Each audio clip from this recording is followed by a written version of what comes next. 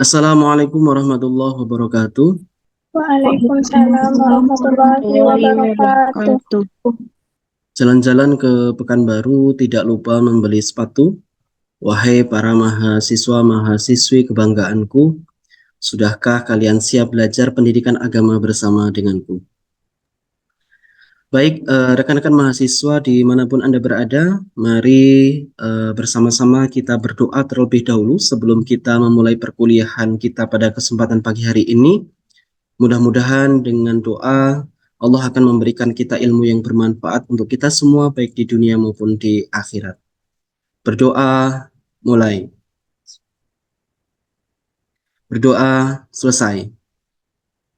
Baik, rekan-rekan mahasiswa, eh, untuk mengetahui kehadiran teman-teman semuanya dan kondisi teman-teman semuanya, saya izin share screen terkait dengan kegiatan perkuliahan kita pada kesempatan hari ini. Sudah terlihat ya? Sudah Bapak. Oke, terima kasih. Hari ini kita akan membahas, kita akan mempelajari terkait dengan keimanan dan ketakwaan kepada Tuhan Yang Maha Esa. Namun sebelum materi ini saya berikan, saya ingin mengetahui kondisi teman-teman semuanya dan siapa saja yang sudah hadir pada kesempatan pagi hari ini. Teman-teman, di layar monitor teman-teman sudah ada barcode yang bisa di-scan ya. Silakan teman-teman respon, isi, kemudian jawab apa sih yang kemudian sedang Anda rasakan hari ini. Apakah sedang bersemangat, senang sekali, lelah, sedih, atau campur aduk. Atau teman-teman dapat mengunjungi slido.com ya.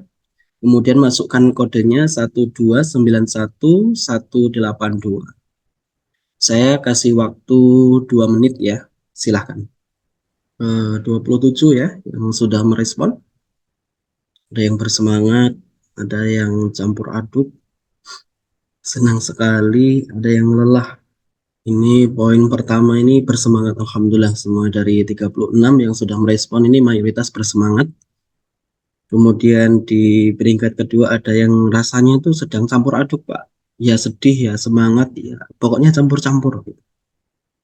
Ada yang senang sekali, alhamdulillah ya. Ada yang lelah. Gitu ya. Ini untuk absensi kehadiran kita ya pada kesempatan hari ini. Oke, baik, 36 dari 37 ya peserta yang sudah merespon. Terima kasih teman-teman semuanya. Baik, dalam kegiatan perkuliahan ini saya juga ingin mengetahui pretest ya untuk kegiatan materi perkuliahan kita pada kesempatan hari ini sehingga nanti teman-teman punya gambaran nih kira-kira materi apa yang akan disampaikan oleh di pertemuan ini gitu. Jadi silakan teman-teman scan barcode yang sudah ada di layar teman-teman semuanya ya, atau bisa join melalui quizzes.com ya. Kemudian silahkan masukkan kodenya 80803888 ya. Saya kasih waktu untuk merespon jawaban tersebut ya, maksimal 10 menit ya. Silahkan. Baik, ada Salsabila Adha. Oke, udah 30 peserta. Kita mulai ya kuisnya. Oke, silahkan dikerjakan.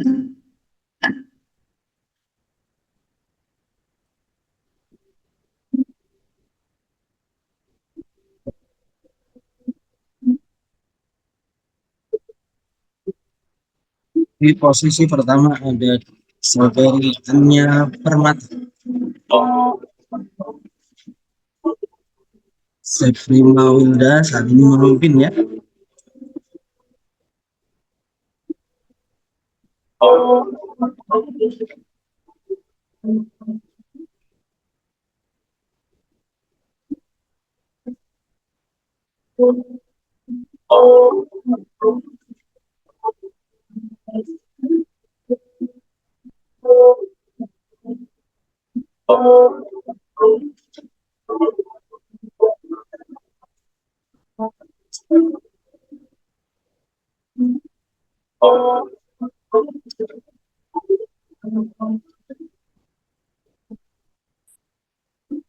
Oke, yang mengerjakan boleh dikerjakan ya.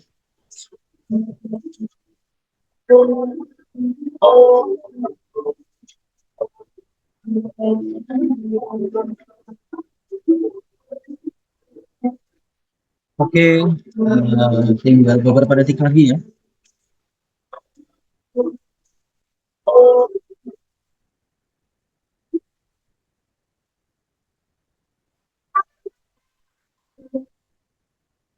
Oke, ini terkait dengan pretestnya ya. Tiga teratas ada Sefrima Wilda, yang kedua ada Monica Hadila, ya, dan yang ketiga ada Anya Permata. Oke, kita kasih aplaus teman-teman untuk ketiga teman kita ya, tiga teratas di kuis tadi pretest. Terima kasih teman-teman atas respon terkait dengan pretest kita pada kesempatan pagi hari ini. Sukses selalu untuk teman-teman semuanya. Baik, teman-teman semuanya, kita lanjutkan kegiatan perkuliahan kita ya. Tadi kita sudah pretest ya. Kemudian kita lanjutkan di tujuan kegiatan pembelajaran kita. Rekan mahasiswa, capaian pembelajaran mata kuliah pendidikan agama Islam ini diharapkan nanti dapat membentuk mahasiswa menjadi manusia yang beriman dan bertakwa kepada Tuhan Yang Maha Esa, berakhlak mulia dan menghargai perbedaan berdasarkan konsep pendidikan agama Islam, sehingga mampu mengambil keputusan secara tepat dalam penyelesaian masalah berdasarkan hasil analisis informasi dan data dengan landasan takwa kepada Tuhan Yang Maha Esa dan sikap religius, serta menjunjung tinggi nilai kemanusiaan dalam menjalankan tugasnya berdasarkan agama, moral, dan etika. Kemudian CPMK kita untuk materi pertama kita itu yaitu adalah ini ya, mampu mengaplikasikan nilai-nilai keimanan dan ketakwaan kepada Tuhan Yang Maha Esa dalam sikap dan tindakan sesuai bidang keahlian dari mahasiswa D3 jurusan gizi. Jadi setelah kita nanti belajar ini, harapannya teman-teman nanti mampu mengaplikasikan nilai-nilai keimanan dan ketakwaan dalam kehidupan sehari-hari, baik secara sikap maupun perilaku. Seperti itu teman-teman. Oke, kita lanjutkan teman-teman semuanya. Oke, teman-teman ada yang kenal dengan beliau? Izin Pak, ada Pak. Oke, siapa Fasya? Dr. Zaidul Akbar Pak, yang sering ngasih tips-tips kesehatan Islami itu. Baik, teman-teman semuanya, Dr. Zaidul Akbar ini adalah seorang dokter ya. Beliau sering memberikan tips-tips kesehatan secara Islami gitu. Jadi ada nilai-nilai yang di situ berkaitan dengan materi kita pada kesempatan pagi hari ini, yaitu terkait dengan nilai-nilai keimanan dan ketakwaan. Ada yang pengen seperti beliau ya, menjadi orang yang bermanfaat. Saya yakin teman-teman yang notabene nanti sebagai seorang calon ahli gizi.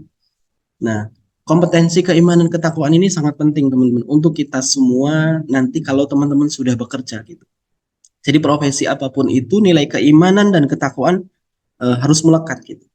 Jadi kalau teman-teman ingin jadi orang hebat ya, salah satunya adalah nilai keimanan dan ketakwaan itu harus melekat di dalam diri kita. Baik, teman-teman semuanya, silahkan mengunjungi link berikut ya untuk memperkaya keilmuan Anda tentang keimanan dan ketakwaan. Yang pertama ada di Al-Quran Surat Al-Baqarah 165, Al-A'raf 179, dan seterusnya. Kemudian yang kedua sudah saya kasih linknya ya. Saya share ini di kolom chat ya, sebentar. Baik, sudah saya share di grup chat, di chat Zoom meeting ini. Teman-teman, saya kasih waktu 5 menit ya untuk membaca atau menelaah terkait dengan teori-teori atau di dalam buku terkait dengan materi yang pertama, yaitu terkait dengan keimanan dan ketakwaan. Saya persilahkan.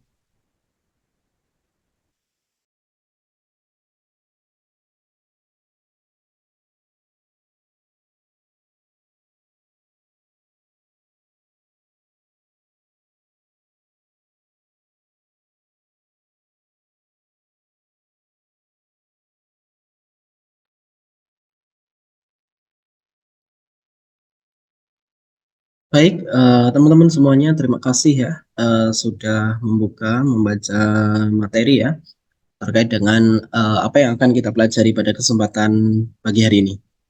Teman-teman semuanya, kita lanjutkan kegiatan perkuliahan kita. Apa sih pentingnya materi yang akan kita pelajari? Teman-teman, mari kita simak penjelasan Ustadz kita sejenak ya terkait dengan pentingnya materi yang perlu kita bahas pada kesempatan hari ini. Mari kita simak bersama.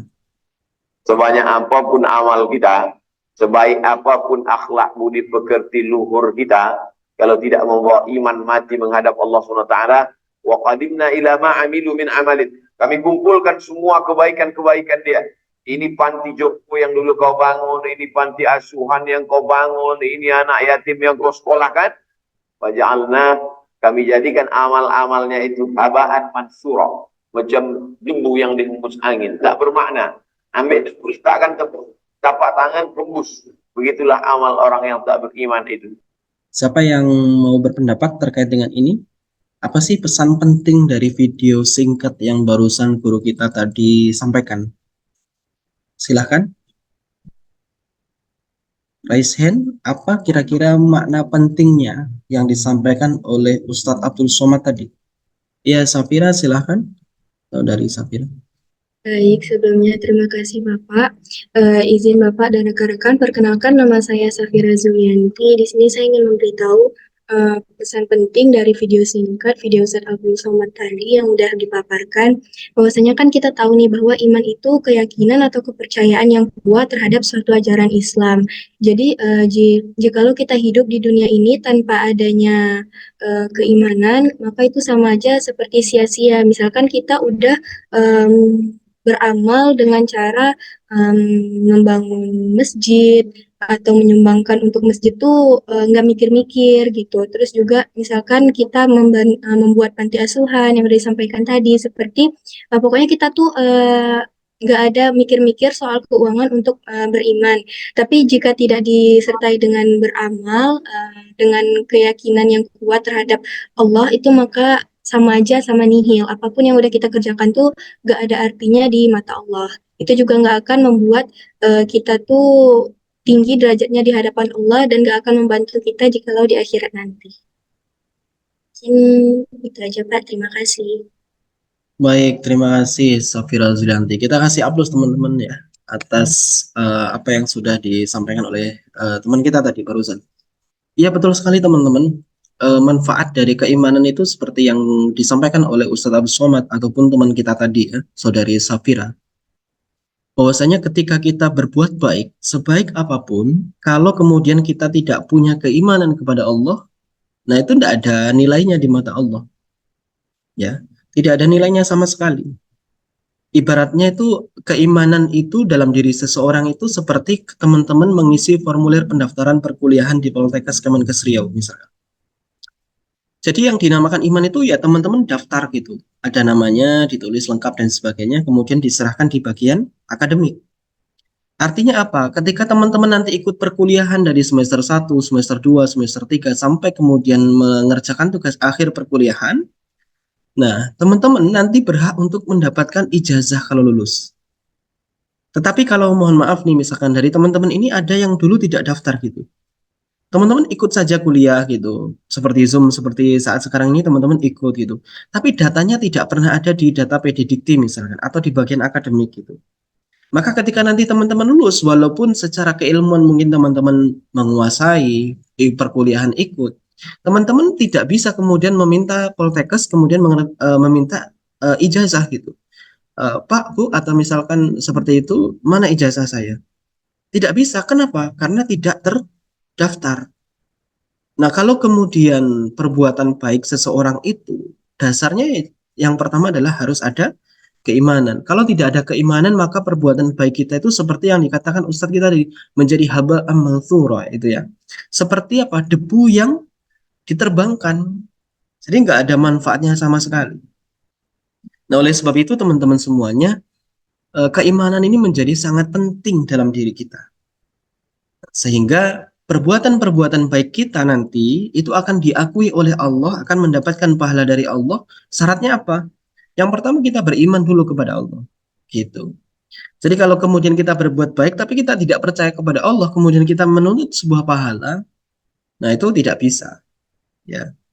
Oleh sebab itu ini menjadi sangat penting untuk menjadi bekal dalam kehidupan kita. Nanti kalau teman-teman sudah menjadi seorang ahli gizi yang profesional, maka nilai keimanan dan ketakwaan ini menjadi penting sekali dalam kehidupan. Baik teman-teman semuanya, saya lanjutkan ya. Kita masuk ke berikutnya ya. terkait dengan apa definisi iman yang Anda ketahui. Siapa yang mau berpendapat? Apa definisi iman yang Anda ketahui? Sesuai dengan tadi ya, bahan bacaan yang teman-teman sudah baca, boleh raise hand ya. Ya, Saudari Safira Zulianti. Yang lain boleh aktif juga ya, nanti dikira cuma Safira saja yang harus aktif. Silakan Safira, apa definisi iman yang Safira ketahui? Baik, terima kasih Pak. Terkait definisi iman yang udah diketahui dari video yang udah disampaikan tadi dan bacaan yang udah Vira baca, tadi juga ada Vira sebutkan bahwa iman itu seperti keyakinan atau kepercayaan yang kuat dalam suatu ajaran agama Islam kita ini Pak. Terima kasih Pak. Baik, oke, terima kasih Saudari Safira. Baik, aplaus ya buat Safira. Oke, betul sekali teman-teman. Iman itu memang kalau secara bahasa ya, memang memiliki makna kepercayaan atau percaya. Artinya apa sih? Kalau kita percaya kepada sesuatu, itu namanya iman secara bahasa. Teman-teman percaya kepada Allah, maka itu disebut dengan iman kepada Allah. Tapi kalau teman-teman percaya kepada selain Allah, itu juga disebut dengan keimanan secara bahasa. Saya beriman kepada sesuatu yang menakutkan, misalkan apa gitu misal. Saya percaya dengan A, B. Nah, itu secara bahasa ya dikatakan sebagai iman. Kalau secara bahasa Arabnya berasal dari kata amana yu'minu imanan ya, yang memiliki arti kepercayaan atau percaya. Itu yang pertama ya. Yang kedua, ada definisi secara istilah. Nah, kalau ada definisi secara istilah ini ada 3 konsep, teman-teman. Konsep yang pertama itu adalah tasdikun bil qalbi atau membenarkan dengan hati. Jadi seseorang itu dikatakan dia beriman kalau hatinya meyakini, membenarkan. Misalnya kita beriman kepada Allah, maka hati kita mengatakan Allah itu ada, Allah Maha Kuasa dan seterusnya. Hati kita yakin gitu, tidak ragu-ragu. Yang kedua adalah qaulun bilisani ya, mengucapkan dengan lisannya atau perkataannya. Jadi kita dengan yakin mengatakan saya beriman kepada Allah, amantu billah. Nah, konsep yang ketiga ada wa amalun bil arkani, yaitu menjalankan dengan perbuatannya. Jadi ketiga konsep ini harus saling terkait, tidak boleh terpisah. Jadi secara istilah orang itu akan dikatakan dia beriman kalau apa? Pertama hatinya meyakini, yang kedua lisannya mengucapkan, dan yang ketiga ketika dibuktikan dengan perbuatannya. Jadi tidak bisa dikatakan dia beriman kalau, mohon maaf, misalkan mulutnya saja yang mengatakan saya beriman kepada Allah, hatinya meyakini tapi tidak dibuktikan dengan perbuatan sama sekali. Maka tidak bisa dikatakan sebagai seseorang yang beriman kepada Allah Subhanahu wa taala. Nah, jadi ketiga konsep ini harus melekat dalam diri kita kalau kemudian kita dianggap sebagai mau dikatakan sebagai orang yang beriman. Kita lanjutkan teman-teman. Yang kedua adalah bagaimana ciri-ciri orang yang beriman.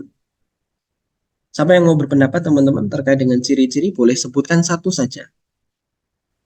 Ya, Raiza, silahkan Raiza. Izin Bapak, ciri-ciri orang beriman itu contohnya ketika dia ada masalah, dia menyelesaikan masalah itu dengan tenang karena dia yakin Allah pasti akan bantu dia dalam menyelesaikan masalah itu. Terima kasih Bapak. Baik, oke, terima kasih Raiza. Baik, aplaus ya buat Raiza. Baik, kita lanjutkan teman-teman. Apa sih ciri-ciri orang yang beriman itu? Baik, di sini ciri-ciri orang yang beriman itu yang pertama ada tawakal.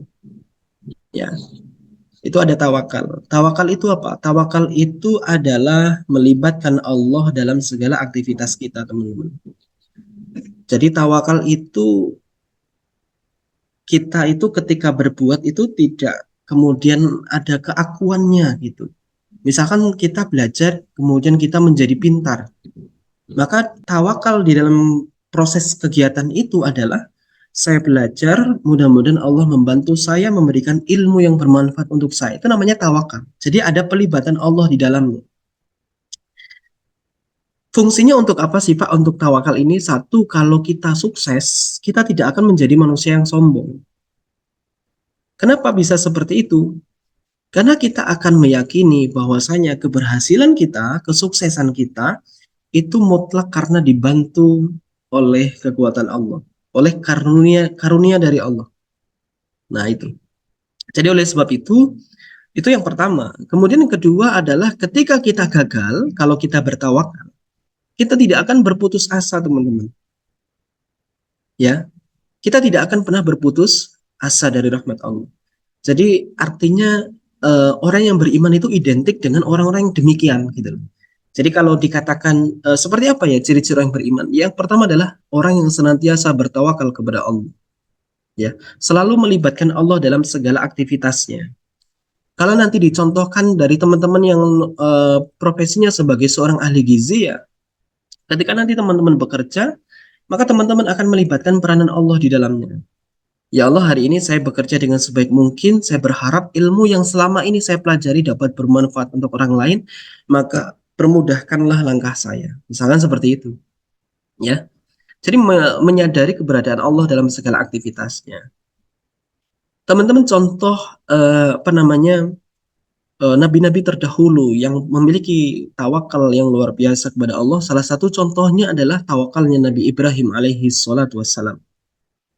Teman-teman tahu ya bahwasanya Nabi Ibrahim itu secara historis dulu sudah hidup apa bahasanya itu bahagia ya, tenang di Palestina dulu, Nabi Ibrahim alaihissalam. Tapi kemudian Nabi Ibrahim alaihissalam itu mendapatkan perintah dari Allah untuk pergi kemana? Untuk pergi ke sebuah tanah yang tandus. Ya, di situ adalah Mekah ya. Sekarang dinamakan Mekah atau Mekkatul Mukarramah ya. Di situ Nabi Ibrahim ditugaskan oleh Allah untuk mencari batu kecil yang dulu pernah dibawa oleh Nabi Adam alaihi salam. Batu itu bernama Hajar Aswad, teman-teman. Bayangkan teman-teman sudah hidup bahagia, kemudian disuruh pergi ke sebuah tempat yang tempat itu tanaman saja tidak tumbuh. Gitu.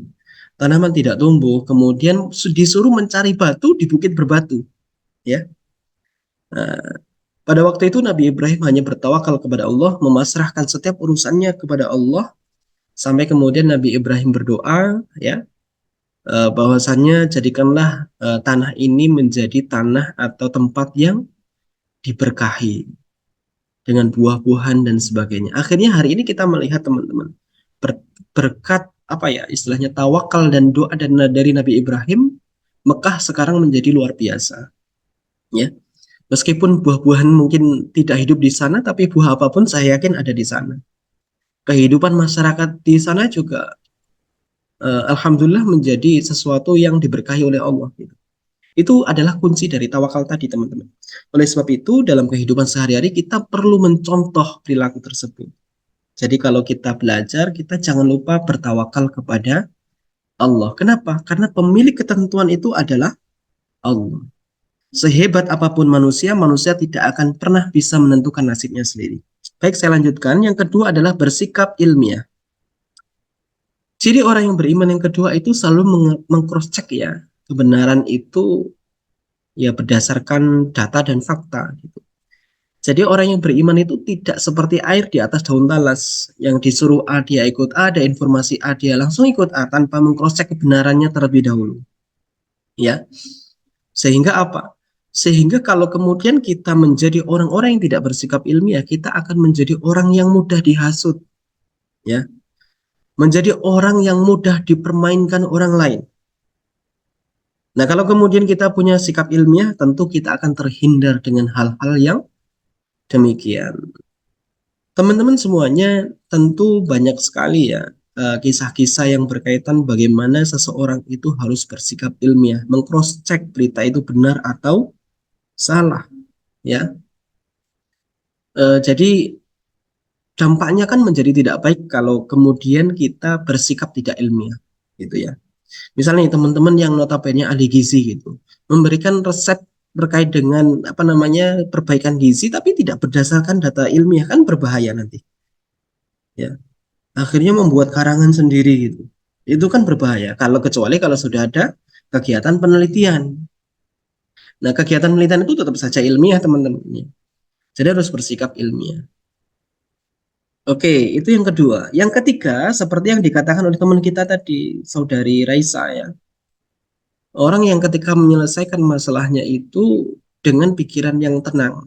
Ya, meyakini bahwa setiap masalah itu ada jalan keluarnya. Artinya apa? Orang yang optimis. Orang yang beriman itu identik dengan orang-orang yang optimis. Ya, tidak ragu akan kekuasaan Allah itu tidak ragu. Ya.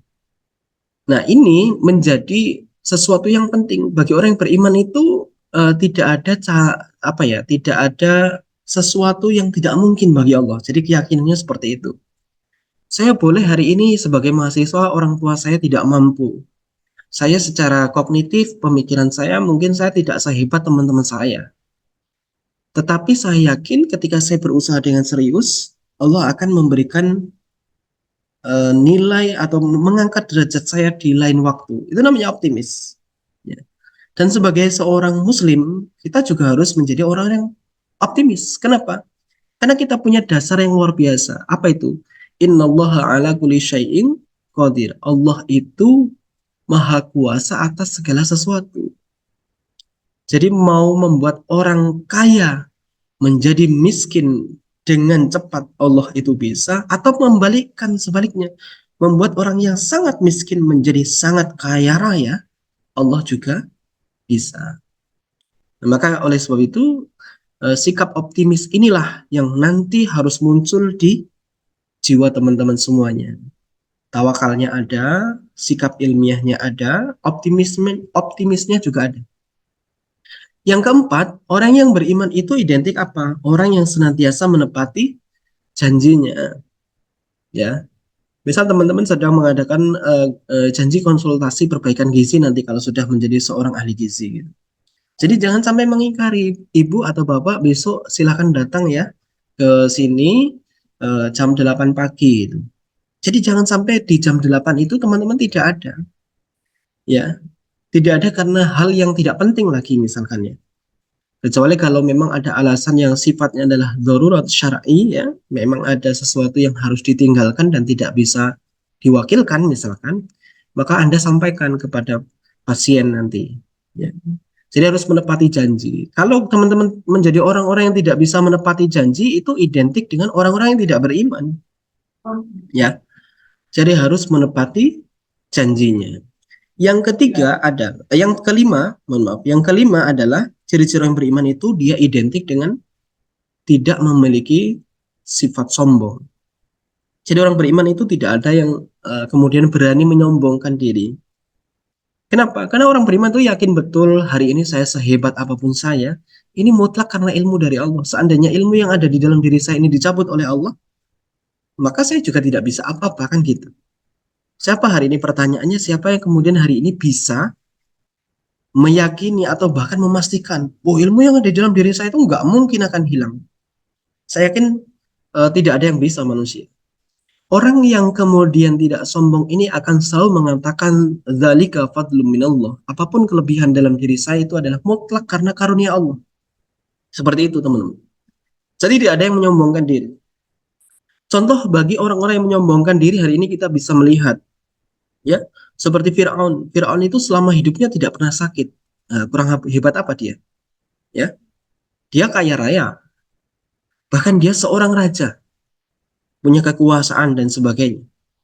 Tapi karena menyombongkan diri, mengaku dirinya sebagai Tuhan, akhirnya apa? Binasa, teman-teman. Maka nanti ketika kemudian kita kembalikan ke dalam diri kita bertanya nih, apakah saya sudah sehebat Firaun? Gitu ya. Hidupnya nggak pernah sakit, ya. Bahkan lalat pun tidak mau hinggap di dalam tubuh Firaun. Ya. Kekayaannya ya kaya raya seperti seorang pemimpin negara kerajaan gitu. Rakyatnya juga banyak ya.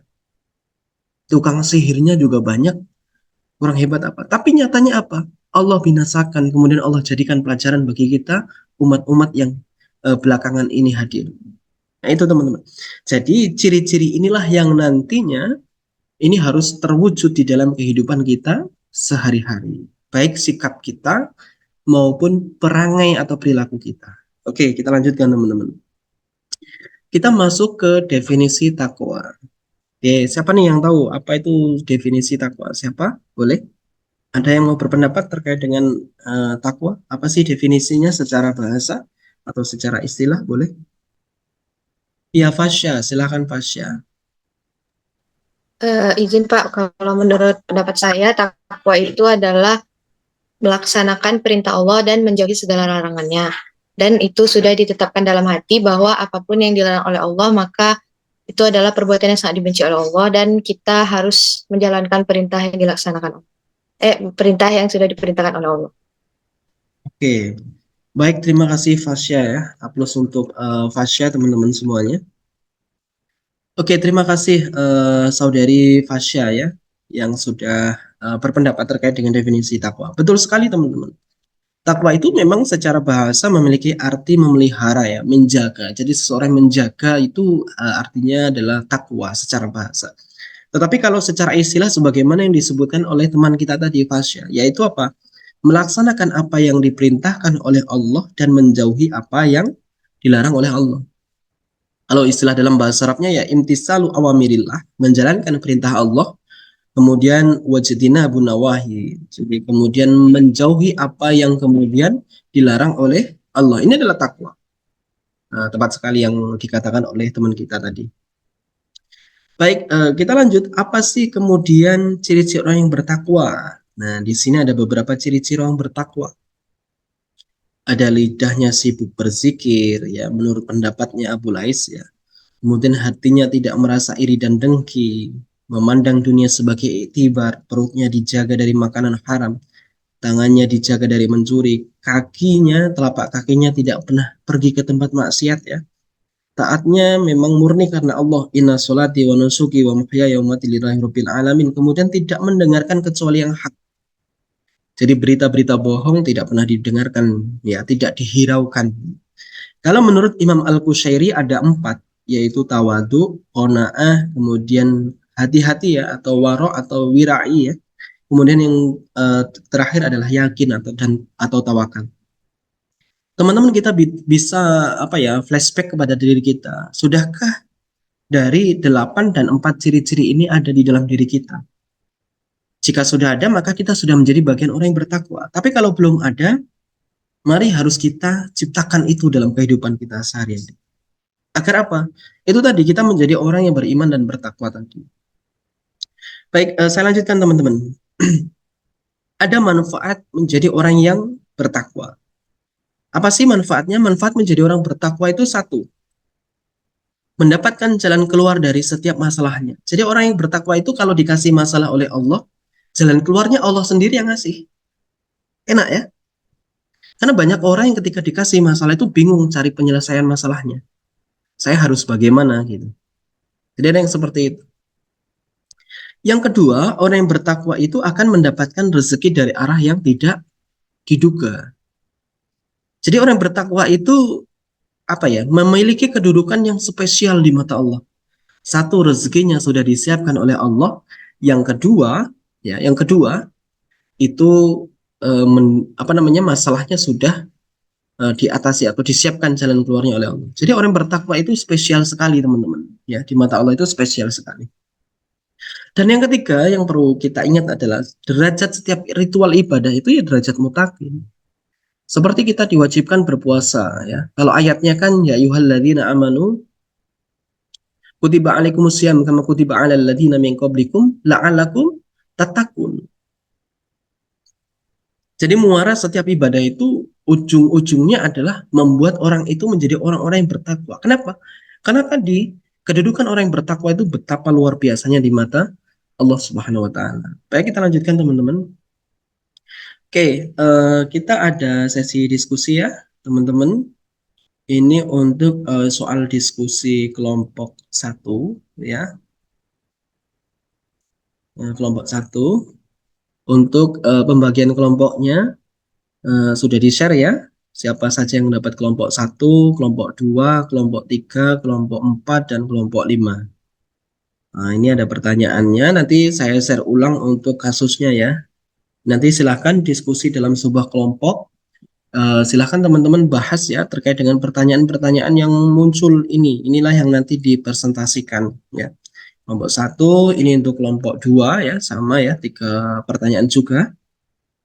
kemudian ini ada kelompok 3, kemudian ini kelompok 4, dan ini kelompok 5. Oke, saya share terlebih dahulu ya. Saya share ulang terkait dengan kasus untuk diskusi. Oke, sudah saya share ya di chat Zoom. Silahkan teman-teman untuk masuk ke ruangan breakout room ya, sesuai dengan pembagian kelompok yang sudah ditentukan. Oke, silahkan untuk mulai bergabung di breakout room.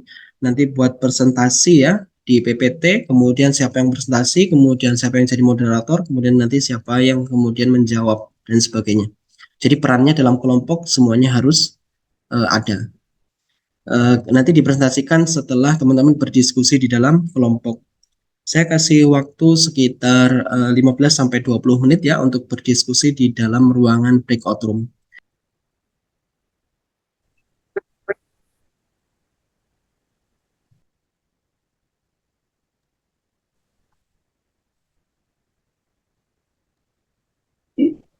Oke, baik. Di kelompok 1 silahkan didiskusikan ya. Kasusnya terkait dengan seorang pasien dengan gangguan makan yang parah membutuhkan diet yang sangat ketat dan pengawasan medis yang intensif. Pasien ini merasa putus asa karena kondisi mereka yang tidak kunjung membaik.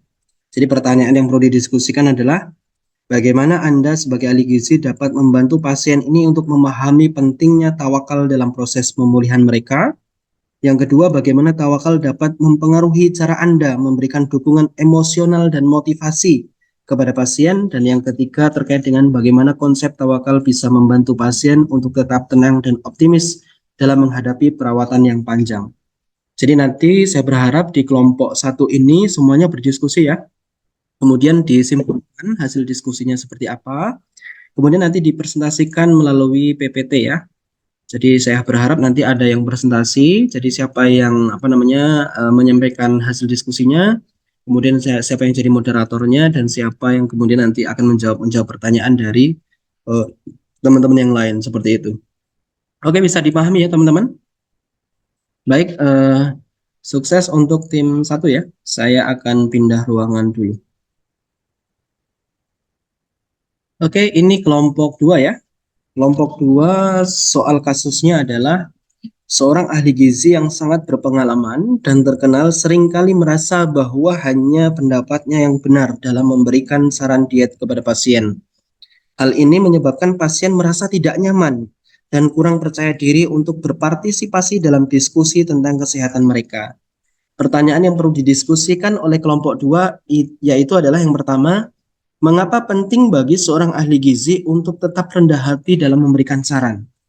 Yang kedua, bagaimana sikap sombong dapat mempengaruhi hubungan profesional antara ahli gizi dan pasien?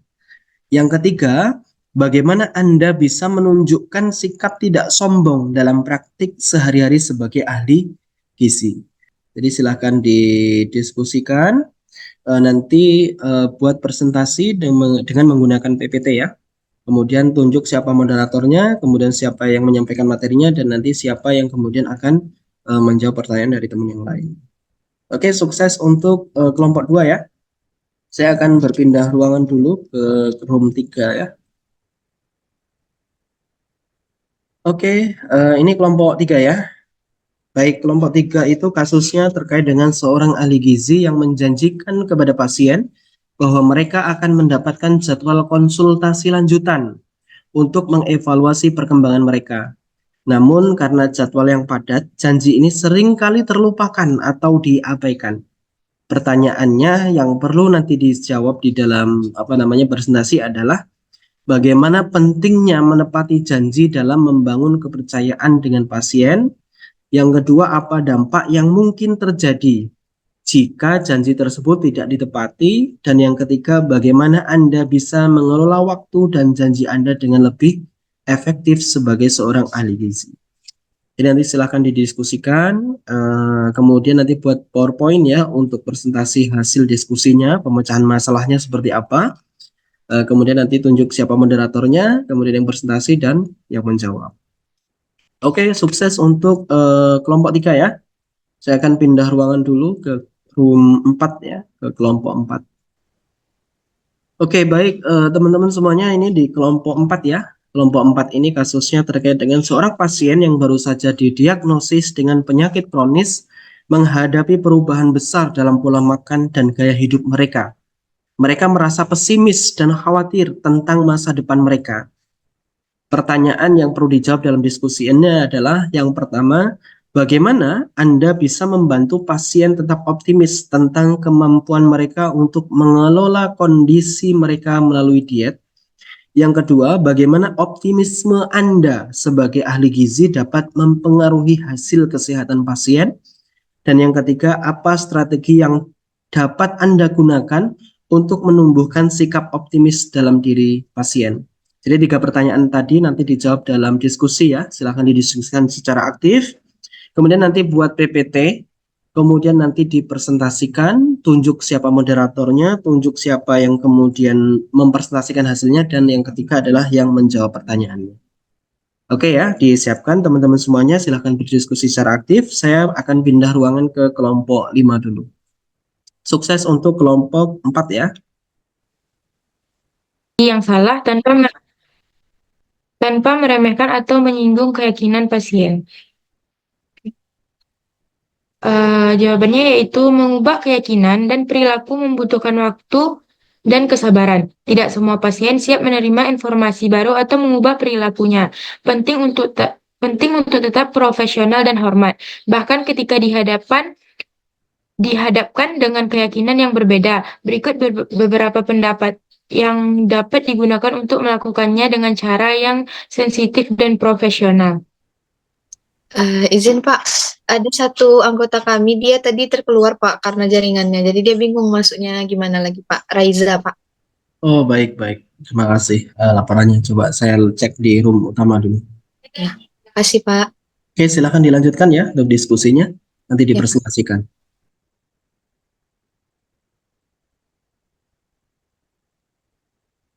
Raisa, kelompok berapa Raisa?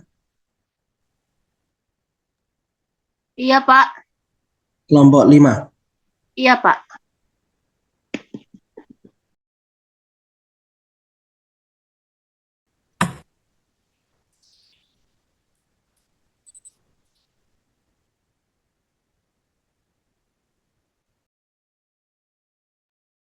Oke, baik.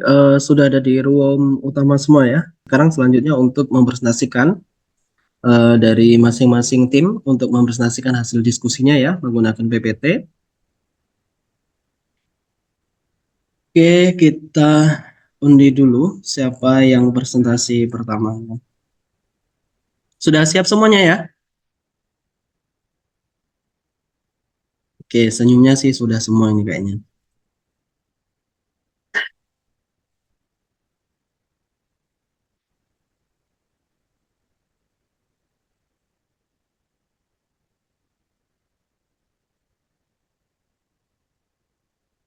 Oke, yang prestasi pertama adalah kelompok 2. Silakan kelompok 2 untuk mempresentasikan.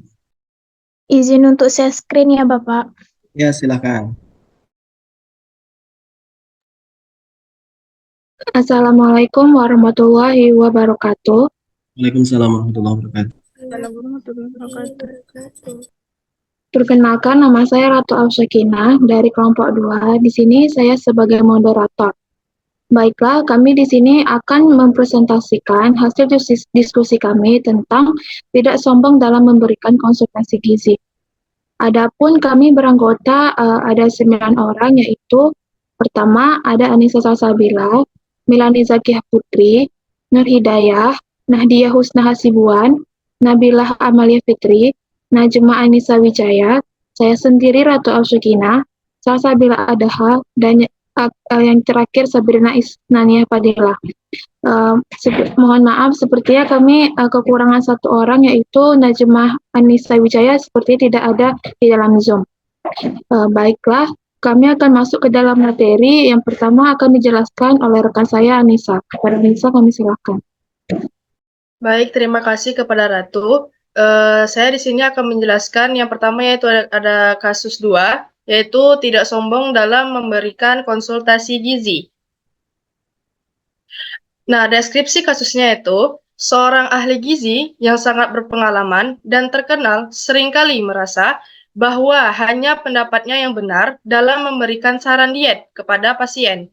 Hal ini menyebabkan pasien merasa tidak nyaman dan kurang percaya diri untuk berpartisipasi dalam diskusi tentang kesehatan mereka. Nah, pertanyaan yang pertama adalah, mengapa penting bagi seorang ahli gizi untuk tetap rendah hati dalam memberikan saran? Sebelumnya yang harus kita ketahui pengertian rendah hati. Rendah hati adalah salah satu sifat terpuji yang dianjurkan di dalam Islam. Sebagai seorang ahli gizi, harus menyadari bahwa ilmu yang mereka miliki adalah amanah dari Allah. Sebagaimana disebutkan dalam Al-Quran, yaitu segala sesuatu yang kita miliki itu berasal dari Allah, dan kita harus menggunakan ilmu tersebut dengan bijaksana dan tidak sombong. Berikut adalah firman Allah Subhanahu wa taala dalam surat Al-Baqarah ayat 269. Bismillahirrahmanirrahim. Yu'til hikmata man yasha wa man yu'tal hikmata faqad utiya khairan katsira wa ma yadhakkaru illa ulul albab. Yang artinya yaitu Allah menganugerahkan al-hikmah, yaitu kepemahaman yang dalam tentang Al-Quran dan As-Sunnah kepada siapa yang dia kehendaki. Dan barang siapa yang dianugerahi al-hikmah itu, maka ia benar-benar telah dianugerahkan karunia yang banyak. Dan hanya orang-orang yang barakallah yang dapat mengambil pelajaran dari firman Allah. Selanjutnya akan dijelaskan oleh rekan saya yaitu Melani. Kepada Melani dipersilakan.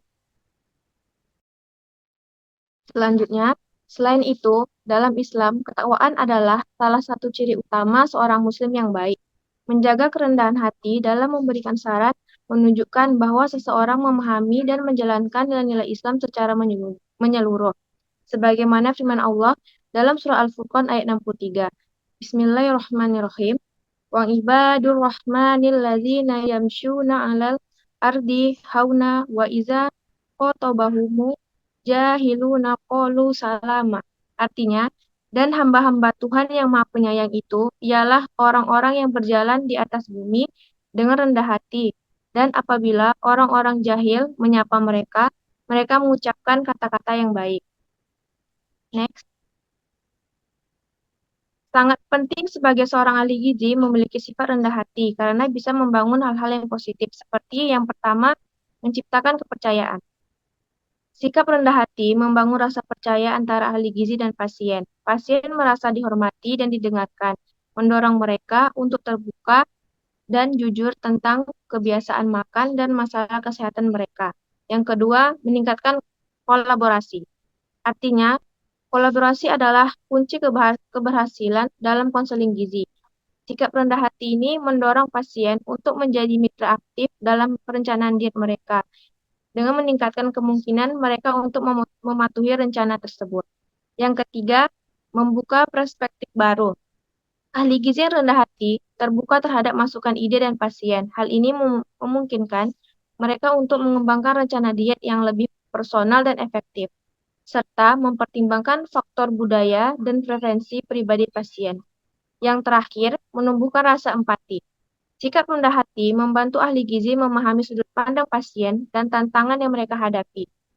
Hal ini memungkinkan mereka untuk memberikan dukungan emosional dan motivasi yang dibutuhkan pasien untuk mencapai tujuan kesehatan mereka. Materi selanjutnya akan dijelaskan oleh Nadia.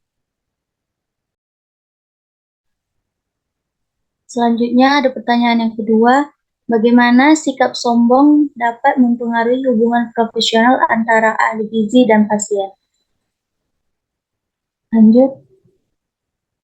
Yaitu sikap sombong adalah sikap di mana seseorang merasa lebih unggul, lebih penting, atau lebih baik dibandingkan dengan orang lain. Dalam Islam, sikap sombong sangat dikencam dan dianggap sebagai salah satu sifat yang buruk.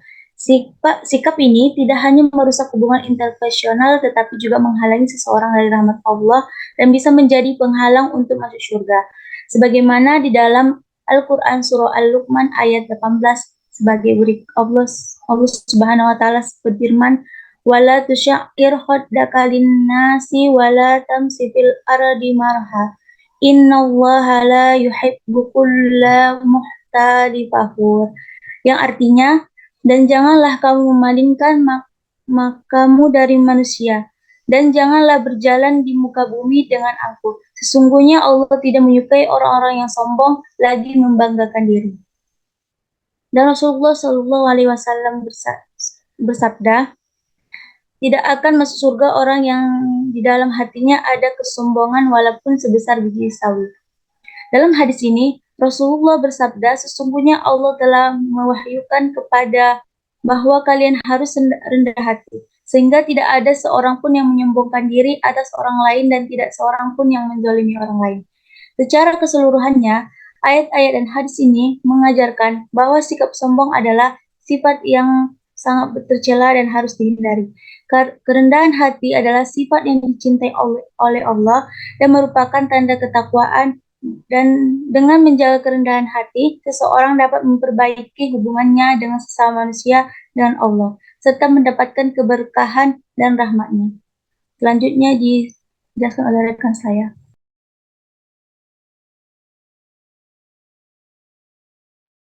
Baiklah, selanjutnya, adapun dampak sikap sombong yang bisa mempengaruhi hubungan profesional antara ahli gizi dan pasien seperti berikut. Ada beberapa, yaitu satu, ketidakpercayaan dan ketidaknyamanan, yaitu pasien mungkin merasa tidak dihormati atau dihakimi oleh ahli gizi yang sombong, sehingga mereka enggan untuk mengikuti sarannya. Yang kedua ada kurangnya komunikasi, yaitu komunikasi yang terbuka dan jujur sangat penting untuk konseling gizi yang efektif.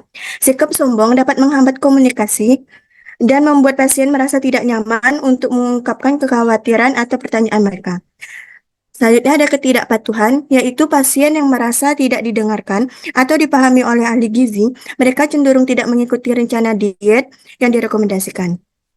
Hal ini dapat menghambat kemajuan mereka dalam mencapai tujuan kesehatan mereka. Relasi profesional, sombong dan mempersulit mereka untuk membangun hubungan yang positif dengan selanjutnya yang akan dijelaskan oleh rekan saya.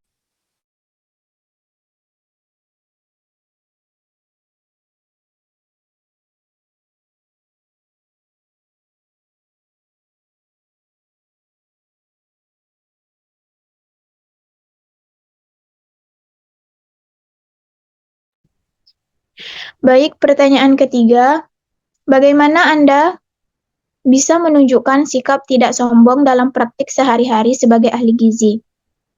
Next. Untuk menunjukkan sikap tidak sombong dalam praktik sehari-hari sebagai ahli gizi, kita dapat melakukan beberapa hal. Yang pertama, sebagai ahli gizi, kita harus menghormati dan memahami kebutuhan setiap pasien, mendengarkan dengan penuh perhatian, luangkan waktu untuk memahami riwayat kesehatan pasien, kebiasaan makan, dan tujuan mereka. Yang kedua, gunakan bahasa yang mudah dipahami, hindari jargon teknis dan jelaskan informasi dengan cara yang mudah dipahami pasien. Dalam memberikan konsultasi dan penyuluhan, pastikan kita menggunakan informasi yang berbasis ilmu dan terbaru. Jangan membedakan individu dan jangan lupa untuk menunjukkan sumber rujukan yang benar. Yang ketiga, berikan edukasi dan bukan perintah. Bantu pasien itu memahami alasan dibalik rekomendasi diet dan tawarkan pilihan yang sesuai dengan preferensi mereka. Sebagai ahli gizi, kita tidak hanya membantu individu, tetapi juga masyarakat secara keseluruhan. Hormati kebutuhan masyarakat dan berkontribusi pada upaya meningkatkan kesehatan masyarakat. Dan yang keempat, hormati nilai dan kepercayaan pasien. Pertimbangkan faktor budaya dan agama pasien saat memberikan saran diet. Walaupun kita memiliki pengetahuan yang lebih, jangan lupa untuk menghormati tradisi dan kebiasaan yang sudah berlangsung lama di institusi. Namun, pastikan kita tidak mengabaikan standar profesionalisme. Baik, dapat disimpulkan yaitu dengan menerapkan sikap rendah hati dan berfokus pada kolaborasi, ahli gizi dapat membangun hubungan yang kuat dengan pasien dan membantu mereka mencapai tujuan kesehatan mereka. Sebagai landasan moral, penting bagi ahli gizi untuk menjunjung tinggi nilai-nilai keimanan dan ketakwaan dalam praktiknya. Sikap rendah hati sejalan dengan prinsip-prinsip kesederhanaan, kerendah hatian, dan empati yang diajarkan dalam banyak agama. Dengan menunjukkan rasa hormat dan kasih sayang kepada pasien, ahli gizi tidak hanya memberikan layanan kesehatan yang berkualitas, tetapi juga menjalankan nilai-nilai spiritual mereka. Baik, sekian presentasi dari kelompok kami. Di sini kami membuka sesi tanya jawab untuk teman-teman semua. Apakah teman-teman ada yang ingin bertanya? Ada yang tidak sepakat dengan apa yang dilakukan oleh kelompok 2? Oke, baik, sepertinya semuanya sepakat. Izin Bapak, ini ditutup aja lagi, Pak. Iya, betul, ditutup saja. Baik, terima kasih atas perhatiannya teman-teman sekalian. Wabillahi taufiq wal hidayah. Wassalamualaikum warahmatullahi wabarakatuh. Waalaikumsalam warahmatullahi wabarakatuh. Baik, kita kasih aplaus teman-teman semuanya untuk kelompok 2 ya yang sudah presentasi dengan luar biasa, hasil diskusinya juga luar biasa. Oke, tadi sudah bagus ya, dari 3 pertanyaan yang ada itu sudah dijawab ya. Bahkan tadi juga ada dasar ayat Al-Qur'annya. Masukan saya untuk poin yang ketiga terkait dengan tadi nanti perlu diperkuat lagi ya dengan sumber-sumber yang relevan. Untuk poin 1, poin 2 sudah oke ya. Poin 3 hanya perlu dikuatkan mungkin dengan apa ya? Misalkan teman-teman mengambil pendapat di beberapa referensi tadi, cantumkan saja di situ. Jadi nanti pendapat teman-teman akan lebih kuat lagi. Oke, sukses untuk kelompok 2 ya. Nilainya ini sudah saya kasih nilai, tapi nanti saya akan umumkan di akhir ya. Dari pertanyaan 1, pertanyaan 2, pertanyaan 3 sudah saya rata-ratakan hasilnya bagus. Oke, plus ya untuk kelompok 2. Baik, kita lanjutkan untuk berikutnya ya. Siapa yang presentasi di kelompok berikutnya?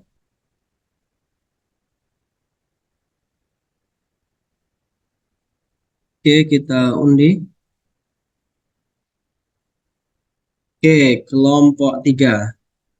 Silahkan kelompok 3 untuk mempresentasikan hasil diskusinya. Baik, Bapak. Sebentar ya, Pak. Silahkan, moderatornya siapa? Baik, Bapak dan rekan semuanya. Assalamualaikum warahmatullahi wabarakatuh. Waalaikumsalam warahmatullahi wabarakatuh. Kami dari kelompok 3 akan mempresentasikan materi mengenai menepati janji dalam pengaturan jadwal komunikasi. Di sini kami beranggotakan 9 orang. Ada Dewi Septiarani, Dwi Septiani Putri, Fadila Salwa, Rifa Sahwanda, Sam Imelda Susanti, Sari Afni Adelia, Sefrima Wilda, Tasya Zuraini, dan Zahra Sabita. Nah, jadi di sini kami akan membahas kasus seorang ahli gizi menjanjikan kepada pasien bahwa mereka akan mendapatkan jadwal konsultasi lanjutan untuk mengevaluasi perkembangan mereka. Namun karena jadwal yang padat, janji ini seringkali terlupakan atau diabaikan. Nah, yang pertama kita harus mengetahui dulu apa sih itu janji. Janji secara umum berarti hubungan antara 2 orang atau lebih yang dinyatakan dengan ucapan atau tulisan yang bersifat mengikat baik secara hukum maupun moral. Apabila terjadi ikrar perjanjian, maka terjadilah hubungan antara 2 orang atau lebih. Islam sebagai orang yang sempurna sangat memperhatikan permasalahan janji ini dan memberikan dorongan serta memerintahkan untuk senantiasa menepatinya. Firman Allah dalam Quran Surah Al-Isra ayat 34 yang artinya, dan penuhilah janji karena janji itu pasti diminta pertanggungjawabannya. Dalam hal ini, Rasulullah juga bersabda, sesungguhnya yang terbaik di antara kalian adalah siapa yang paling baik dalam menunaikan janji. Nah, langsung saja kita ke pembahasan yang pertama. Bagaimana pentingnya menepati janji dalam membangun kepercayaan dengan pasien? Hal ini akan dijelaskan oleh rekan saya. Baik, penjelasannya. Dalam Islam, menepati janji dianggap sebagai cerminan keimanan dan ketakwaan seseorang. Rasulullah SAW bersabda, orang yang beriman itu menepati janjinya. Hadis riwayat Bukhari. Menepati janji adalah fondasi penting dalam membangun hubungan yang baik dengan pasien. Ketika seorang ahli gizi berkomitmen untuk memberikan jadwal konsultasi lanjutan, ini mencerminkan profesionalisme, dan kepedulian terhadap kesejahteraan pasien. Dalam konteks keimanan dan ketakwaan, menepati janji juga mencerminkan integritas dan tanggung jawab. Sebagai seorang profesional, ahli gizi diharapkan untuk mematuhi janji-janji yang diberikan, sebagaimana nilai-nilai etika dan moral yang dianut.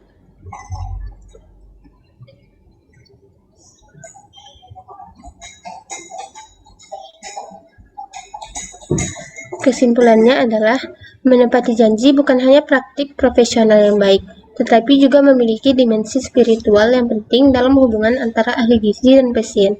Dengan menepati janji, ahli gizi tidak hanya membangun kepercayaan dan meningkatkan kualitas layanan, tetapi juga menunjukkan ketakwaan dan menjadi teladan bagi pasien dalam menerapkan nilai-nilai Islam.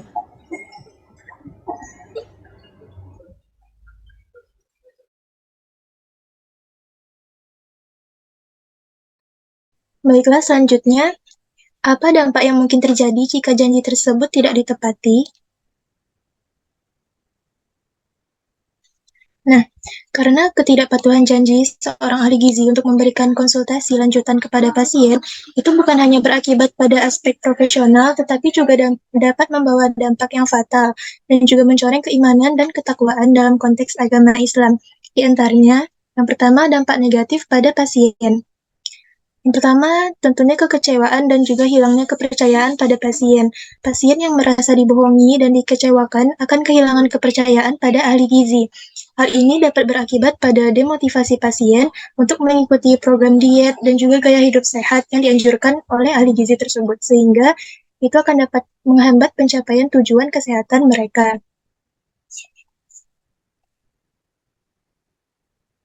Lalu, kerugian kesehatan.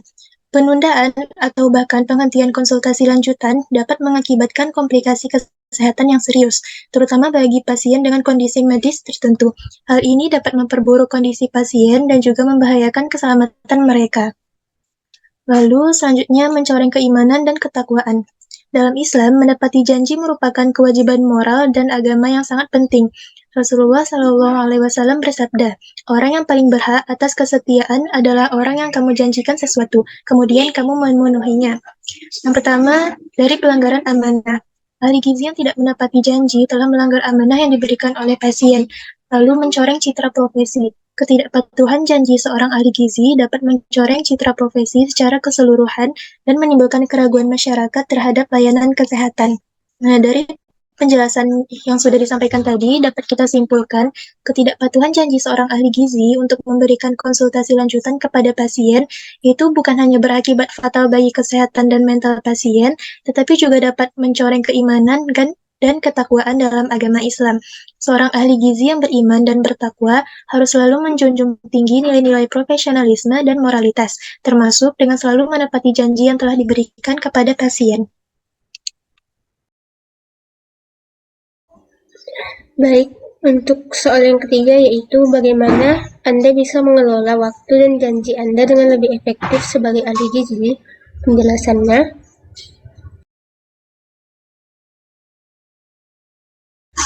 menjadi ahli gizi yang beriman dan bertakwa berarti menyeimbangkan profesionalisme dengan nilai-nilai moral dan spiritual. Sebagai ahli gizi, kita itu harus dapat mengelola waktu dan janji dengan lebih efektif, sehingga dapat memberikan layanan yang optimal kepada pasien dan mencapai kepuasan batin dalam menjalankan tugasnya. Next.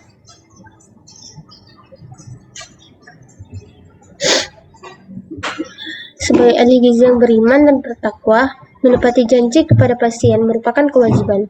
Ada beberapa strategi untuk meningkatkan manajemen waktu dan janji, selaras dengan nilai-nilai Islam diantaranya yakni, pertama, niatkan konsultasi itu sebagai ibadah kita.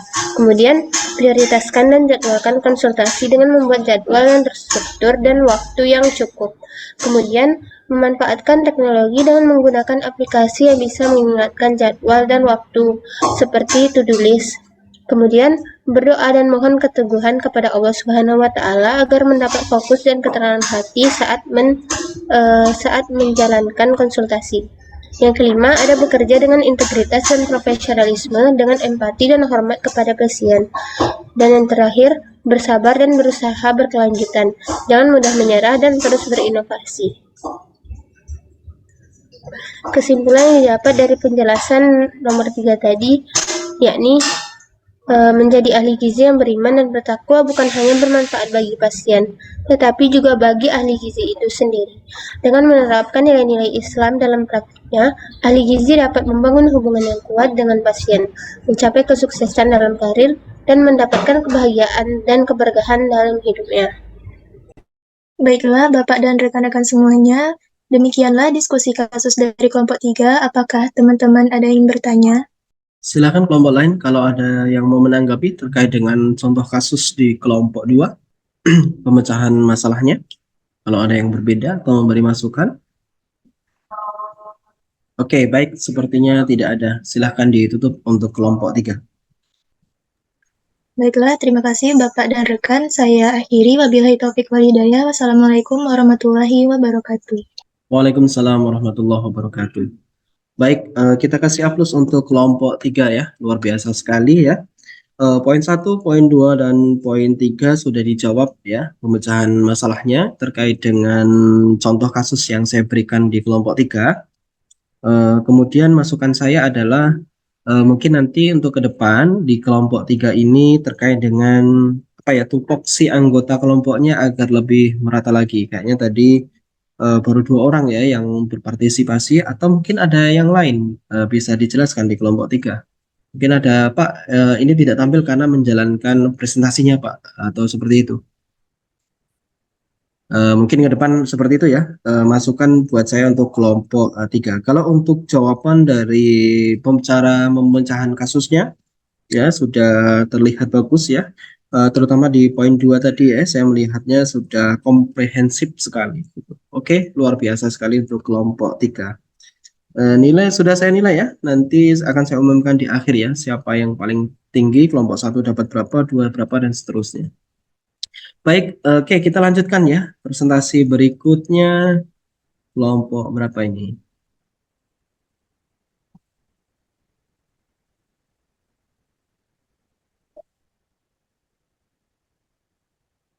Baik, oke, kelompok 5 yang presentasi, silahkan kelompok 5. Izin share screen ya Pak. Silahkan. Assalamualaikum warahmatullahi wabarakatuh. Kami dari kelompok izin Bapak, izin rekan-rekan semuanya, kami dari kelompok 5 akan mempresentasikan hasil diskusi kami, yaitu bersikap ilmiah dalam menangani mitos nutrisi. Berikutnya anggota kelompok saya, yang pertama ada Azra Amalia, Arvina Izatul, Cindy Ramadana, Daifa Afshila, Pasha Raflia, Heti Aryani, Raihana Fadila, dan Raisa Luftia. Berikut kasusnya yang akan dibacakan oleh rekan saya. Baik, adapun dari kelompok 5 yaitu deskripsi kasusnya. Yang pertama yaitu banyak pasien yang terpengaruh oleh mitos nutrisi yang tidak didukung oleh bukti ilmiah, seperti diet fad atau klaim kesehatan yang tidak terbukti. Sebagai ahli gizi, tentu saja kita sering kali harus menghadapi dan mengoreksi informasi yang salah ini. Pertanyaan pertama yaitu mengapa penting untuk bersikap ilmiah dalam memberikan saran gizi kepada pasien? Nah, bersikap ilmiah dalam memberikan saran gizi kepada pasien sangatlah penting untuk memastikan informasi yang akurat, mencegah bahaya, membangun kepercayaan, meningkatkan edukasi, mendorong pemikiran kritis, menyediakan dasar untuk intervensi yang efektif, menjaga integritas profesi, dan memajukan kesehatan masyarakat. Sebagai ahli gizi, penting untuk bersikap ilmiah dalam memberikan saran gizi kepada pasien karena adanya beberapa alasan berikut. Alasan pertama yaitu keamanan pasien. Informasi yang tidak didukung oleh bukti ilmiah dapat berbahaya bagi kesehatan pasien. Diet fad atau klaim kesehatan yang tidak terbukti dapat menyebabkan pasien mengalami efek samping yang tidak diinginkan, seperti gangguan metabolisme, penurunan berat badan yang tidak seimbang, atau bahkan penyakit yang lebih serius. Nah, yang kedua yaitu efektivitas. Berbasis ilmiah memastikan bahwa saran gizi yang diberikan efektif dan sesuai dengan kebutuhan pasien. Informasi yang tidak didukung oleh bukti ilmiah tidak dapat dipastikan akan memberikan hasil yang diharapkan, sehingga dapat mengganggu proses pengobatan ataupun perawatan. Yang ketiga yaitu kredibilitas. Bersikap ilmiah dapat meningkatkan kredibilitas ahli gizi itu sendiri dalam memberikan saran gizi. Pasien tentu lebih cenderung percaya dan mengikuti saran gizi yang didukung oleh bukti ilmiah, sehingga meningkatkan kesadaran dan partisipasi pasien dalam proses pengobatan. Adapun alasan yang keempat yaitu komunikasi yang jelas. Berbasis ilmiah memungkinkan ahli gizi untuk berkomunikasi dengan pasien secara jelas dan efektif. Informasi yang didukung oleh bukti ilmiah dapat dipahami dengan lebih baik, sehingga meningkatkan kesadaran pasien dan meningkatkan kesadaran mereka terhadap pentingnya perawatan yang tepat. Alasan yang terakhir yaitu meningkatkan kesadaran. Bersikap ilmiah dapat meningkatkan kesadaran pasien terhadap pentingnya perawatan yang tepat dan berbasis ilmiah. Dengan demikian, pasien lebih cenderung untuk mengikuti saran gizi yang didukung oleh bukti ilmiah dan meningkatkan kesadaran mereka terhadap pentingnya perawatan tersebut. Baik, selanjutnya yaitu pertanyaan yang kedua. Bagaimana Anda bisa menangani informasi yang salah tanpa meremehkan atau menyinggung keyakinan pasien? Mengubah keyakinan dan perilaku membutuhkan waktu dan kesabaran. Tidak semua pasien siap menerima informasi baru atau mengubah perilakunya. Penting untuk tetap profesional dan hormat. Bahkan ketika dihadapkan dengan keyakinan yang berbeda, berikut beberapa pendekatan yang dapat digunakan untuk melakukannya dengan cara yang sensitif dan profesional. Yang pertama yaitu bangun hubungan dan rasa saling percaya. Dengarkan dengan penuh perhatian. Luangkan waktu untuk memahami keyakinan dan kekhawatiran pasien tentang nutrisi. Tunjukkan empati, akui bahwa mereka mungkin telah mengikuti diet atau saran yang telah mereka yakini bermanfaat. Hindari penilaian. Hindari bersikap menghakimi atau meremehkan keyakinan mereka. Fokuslah pada edukasi dan dialog yang terbuka. Yang kedua, berikan informasi yang akurat dan berbasis bukti. Gunakan sumber terpercaya, sajikan informasi dari sumber yang kredibel seperti pedoman gizi dari institut kesehatan ternama, jurnal ilmiah, atau situs web organisasi kesehatan terpercaya. Jelaskan penelitian ilmiah. Jelaskan dengan cara yang mudah dipahami bagaimana peneliti ilmiah dilakukan dan bagaimana temuannya mendukung atau menyangkal klaim nutrisi tertentu. Gunakan bahasa yang sederhana dan hindari istilah teknis. Hindari jargon yang rumit dan jelaskan konsep dengan cara yang mudah dipahami pasien. Yang ketiga, fokus pada tujuan kesehatan pasien. Hubungkan informasi dengan tujuan kesehatan pasien. Bantu pasien melihat bagaimana informasi nutrisi yang akurat dapat membantu mereka mencapai tujuan kesehatan mereka. Diskusikan pilihan makanan yang realistis. Bantu pasien menemukan pilihan makanan yang sehat dan lezat yang sesuai dengan preferensi dan gaya hidup mereka. Tekankan perubahan kecil dan bertahap. Dorong pasien untuk membuat perubahan kecil dan bertahap pada pola makan mereka daripada perubahan drastis yang sulit dipertahankan.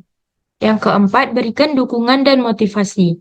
Tetapkan tujuan yang realistis. Bantu pasien menetapkan tujuan nutrisi yang realistis dan dapat dicapai. Rayakan pencapaian. Akui dan rayakan kemajuan yang dibuat pasien dalam mencapai tujuan mereka. Berikan sumber daya tambahan. Berikan pasien sumber daya tambahan seperti buku resep, situs web, atau aplikasi yang dapat membantu mereka membuat pilihan makanan yang sehat. Dan yang kelima, libatkan tim kesehatan lainnya. Bekerja samalah dengan dokter. Jika perlu, libatkan dokter pasien dalam diskusi tentang informasi nutrisi untuk memastikan pesan yang konsisten. Rujuk ke ahli gizi lain. Jika Anda merasa tidak memiliki keahlian atau waktu yang cukup untuk membantu pasien, rujuk mereka ke ahli gizi lain yang dapat diberikan dengan dukungan lebih lanjut. Selanjutnya pertanyaan ketiga yakni bagaimana Anda bisa memastikan bahwa nasihat Anda selalu berdasarkan bukti ilmiah terbaru?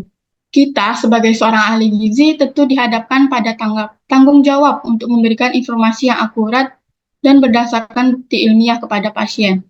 Hal ini menjadi sangat penting karena banyaknya mitos dan klaim kesehatan yang tidak berdasar yang beredar di kalangan masyarakat. Perlu diingat bahwa proses ini memerlukan kesabaran, ketekunan, dan komitmen yang berkelanjutan sebagai seorang ahli gizi.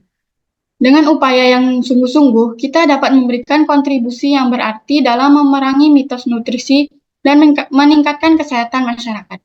Adapun beberapa cara yang dapat kita lakukan sebagai seorang ahli gizi.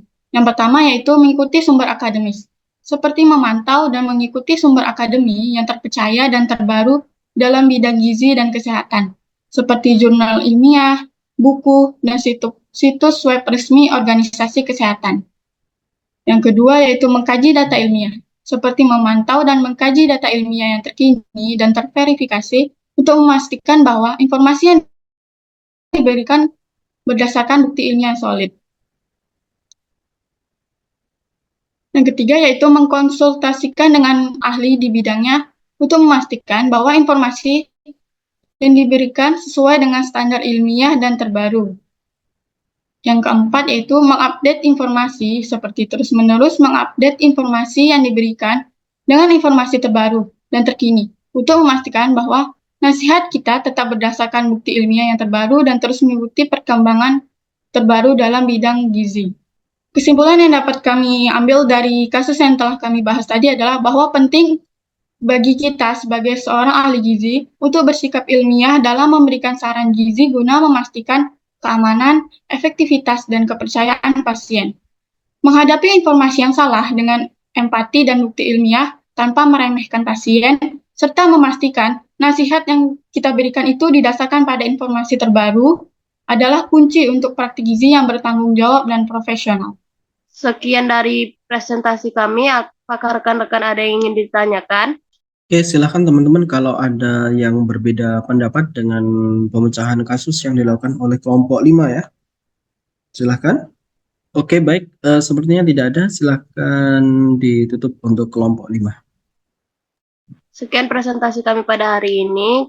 Jika ada kesalahan kami mohon maaf. Assalamualaikum warahmatullahi wabarakatuh. Waalaikumsalam warahmatullahi wabarakatuh. Baik, terima kasih untuk kelompok 5 yang sudah mempresentasikan hasil diskusinya ya. Dari beberapa cara pemecahan masalah yang didiskusikan oleh kelompok 5 ini sudah bagus ya. Mengapa penting untuk bersikap ilmiah tadi juga sudah dijawab. Bagaimana Anda bisa menanyakan informasi yang salah tadi juga sudah. Kemudian bagaimana Anda bisa memastikan bahwa nasihat Anda selalu berdasarkan bukti ilmiah terbaru itu juga sudah dijawab ya. Hanya saja nanti untuk penekanan di poin 3 itu lebih bahasanya mungkin bisa diungkapkan dengan bahasa bagaimana Anda itu nyatakan bahwasanya Anda itu adalah seorang ahli gizi, seperti itu ya. Jadi posisikan diri Anda sebagai seorang ahli gizinya. Oke, kita kasih aplaus untuk kelompok 5 ya teman-teman semuanya, luar biasa sekali ya. Mantap ya. Jadi langkah-langkah dalam pemecahan masalahnya. Kita lanjutkan 2 kelompok lagi teman-teman ya. Oke, kita undi kelompok 1 atau kelompok 4 yang akan presentasi pada kesempatan ini.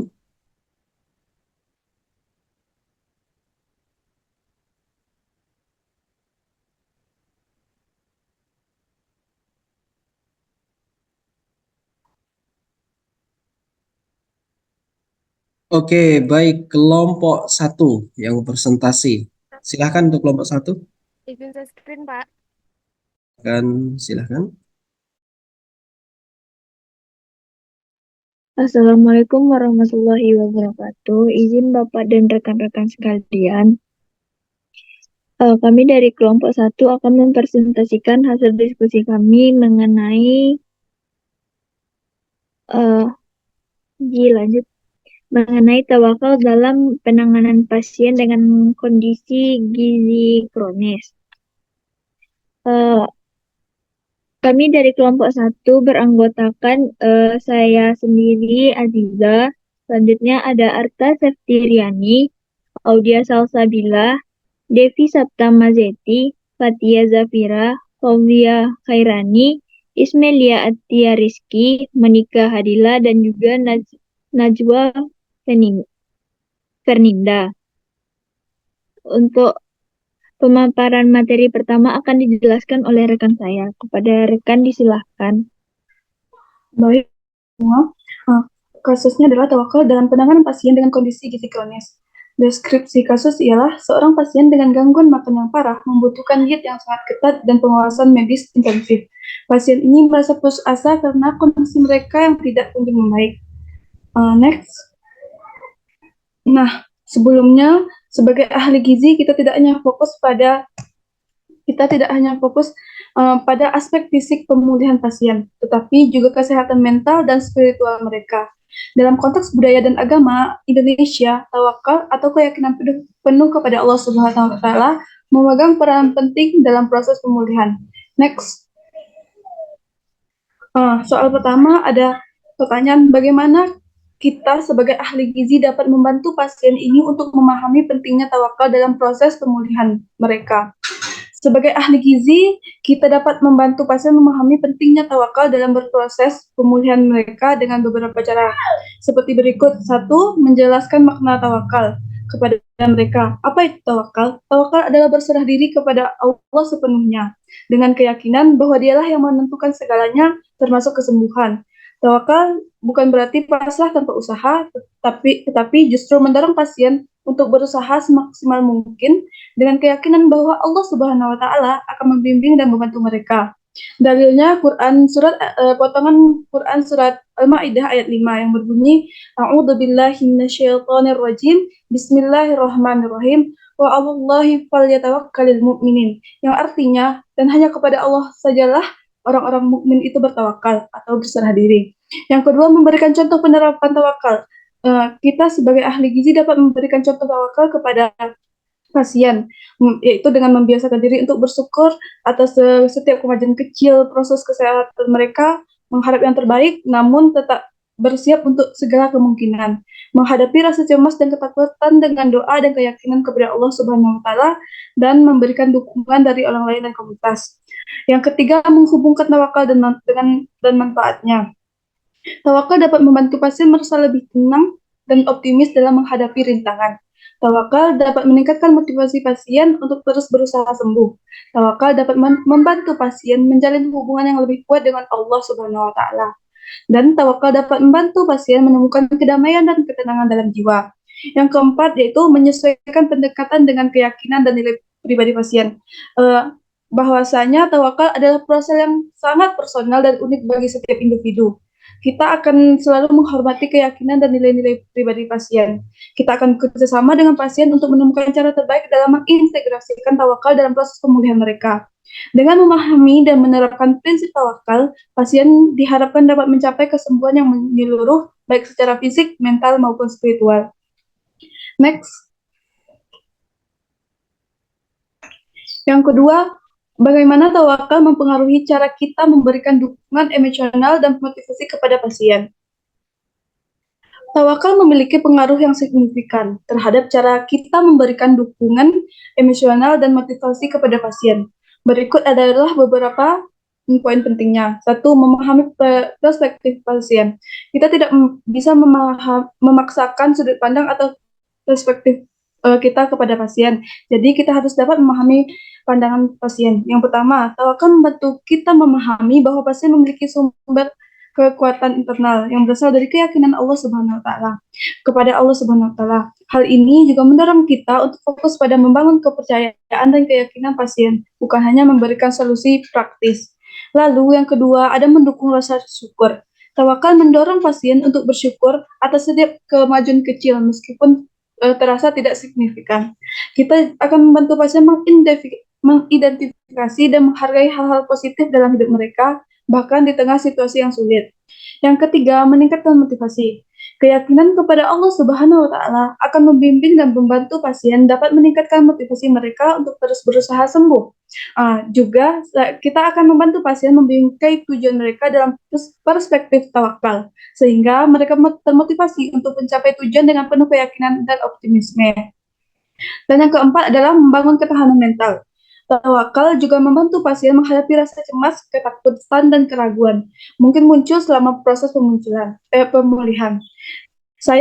Kita akan membantu pasien mengembangkan strategi untuk mengelola emosi negatif mereka dengan cara yang sejalan dengan prinsip tawakal, seperti doa, meditasi, dan mindfulness.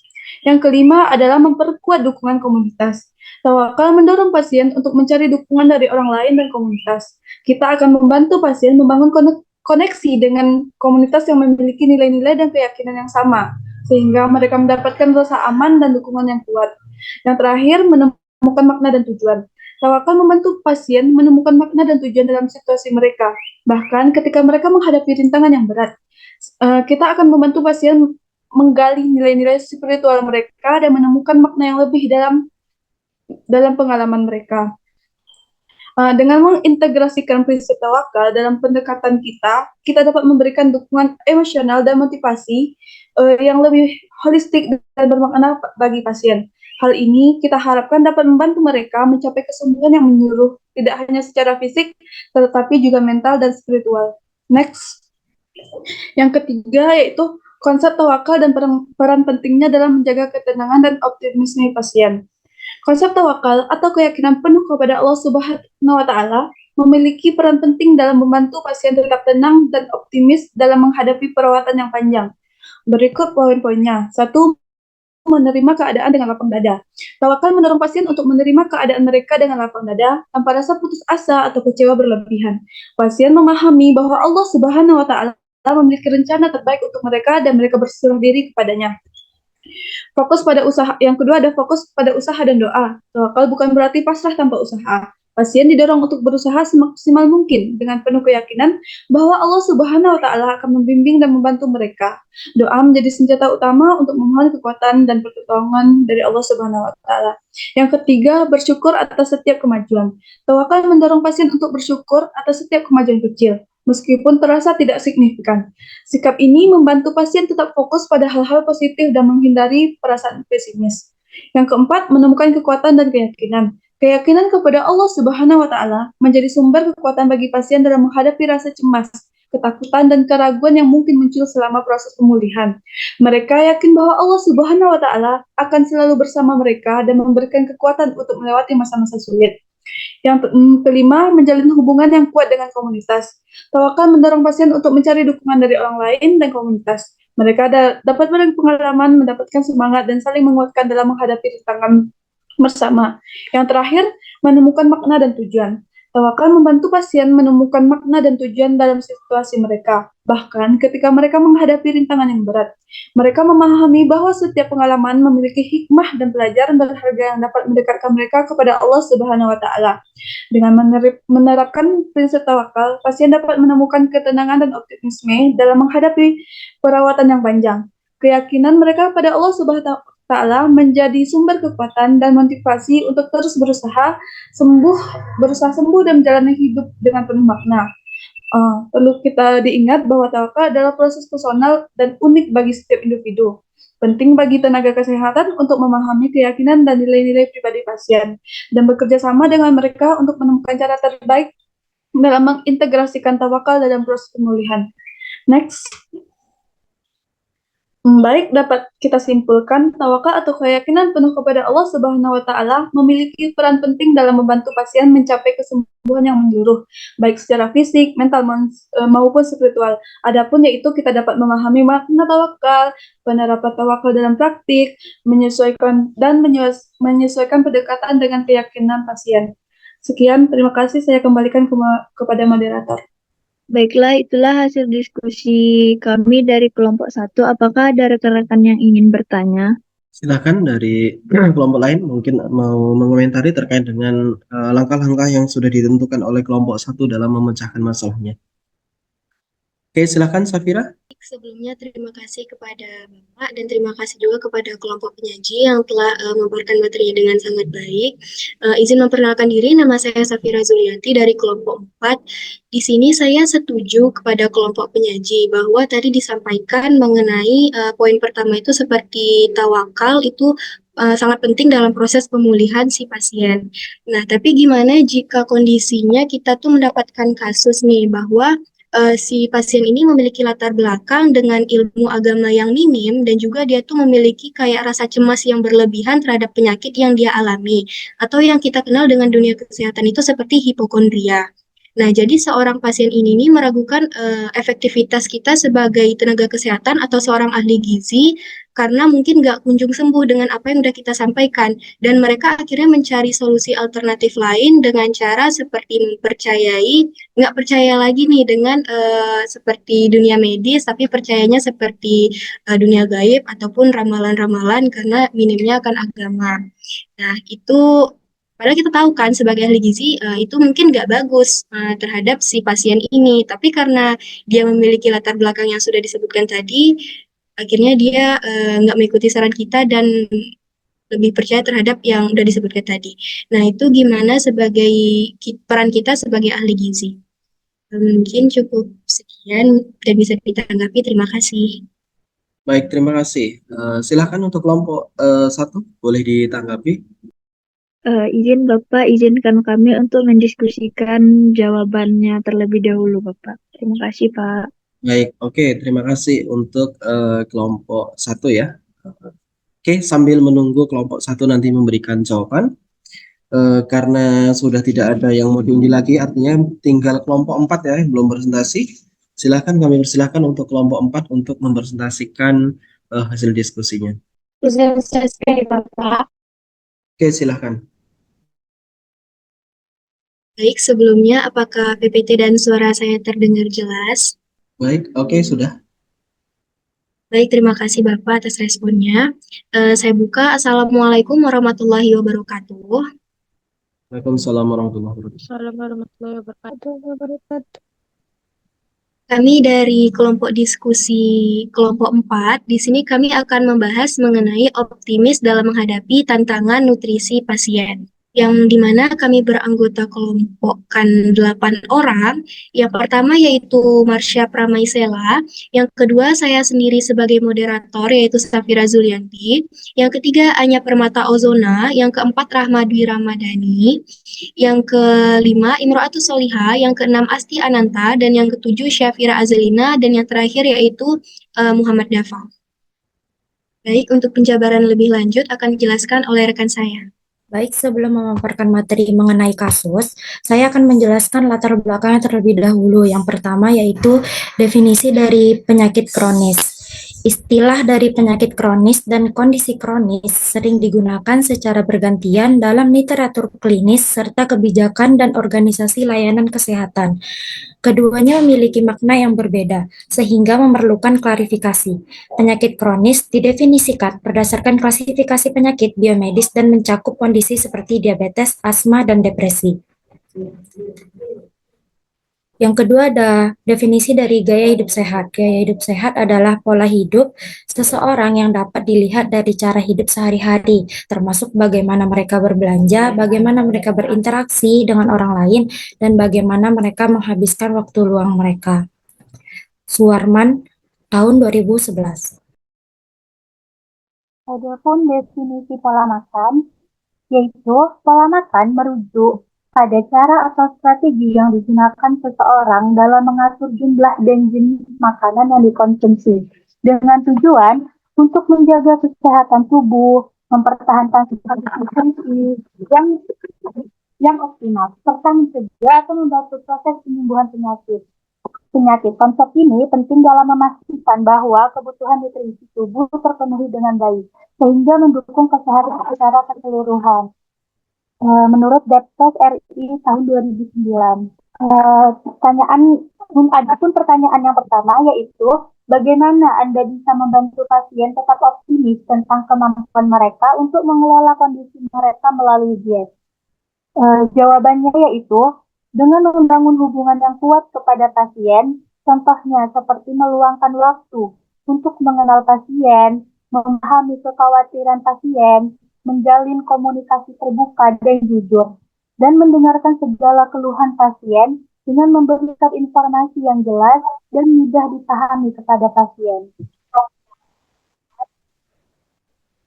Materi selanjutnya akan dijelaskan kepada Baik, selanjutnya yaitu memberikan edukasi positif.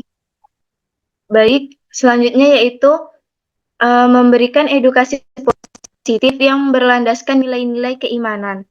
Contohnya, dengan menyampaikan informasi tentang bagaimana nilai-nilai agama dapat memberikan kekuatan dalam menghadapi cobaan tersebut.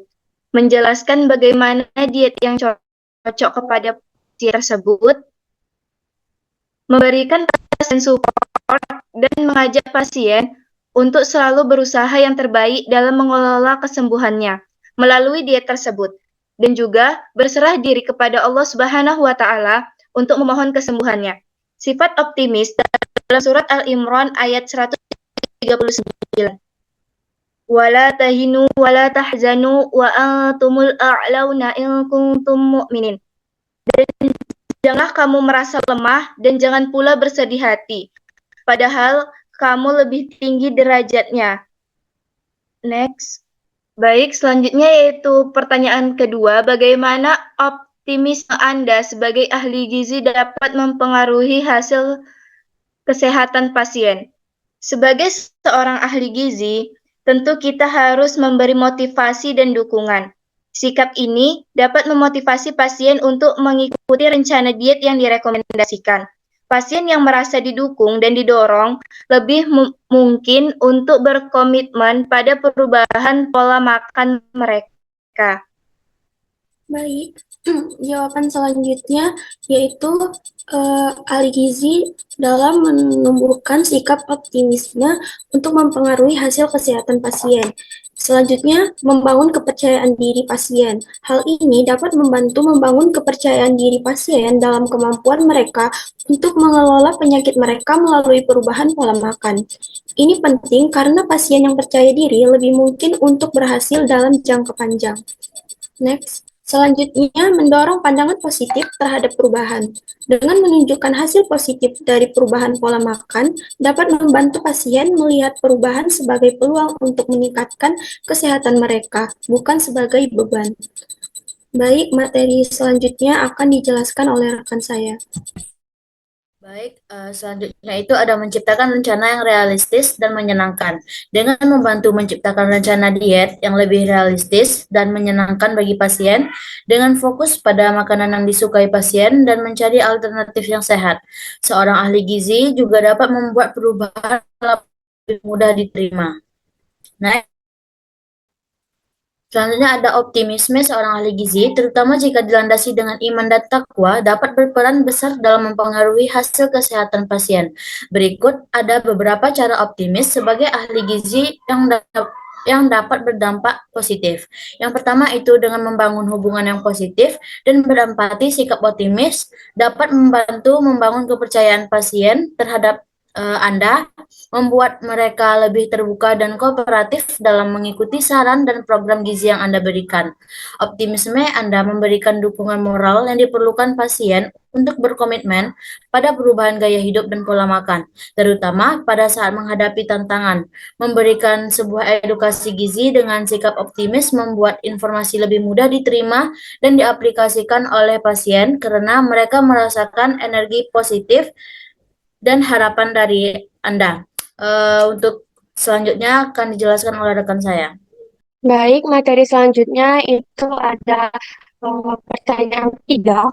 Strategi yang dapat Anda gunakan untuk menumbuhkan sikap optimis dalam diri pasien. Yang pertama itu dapat memberikan sebuah edukasi kepada pasien yang terdiagnosis penyakit kronis yang benar dan teratur dan gaya hidup yang sehat.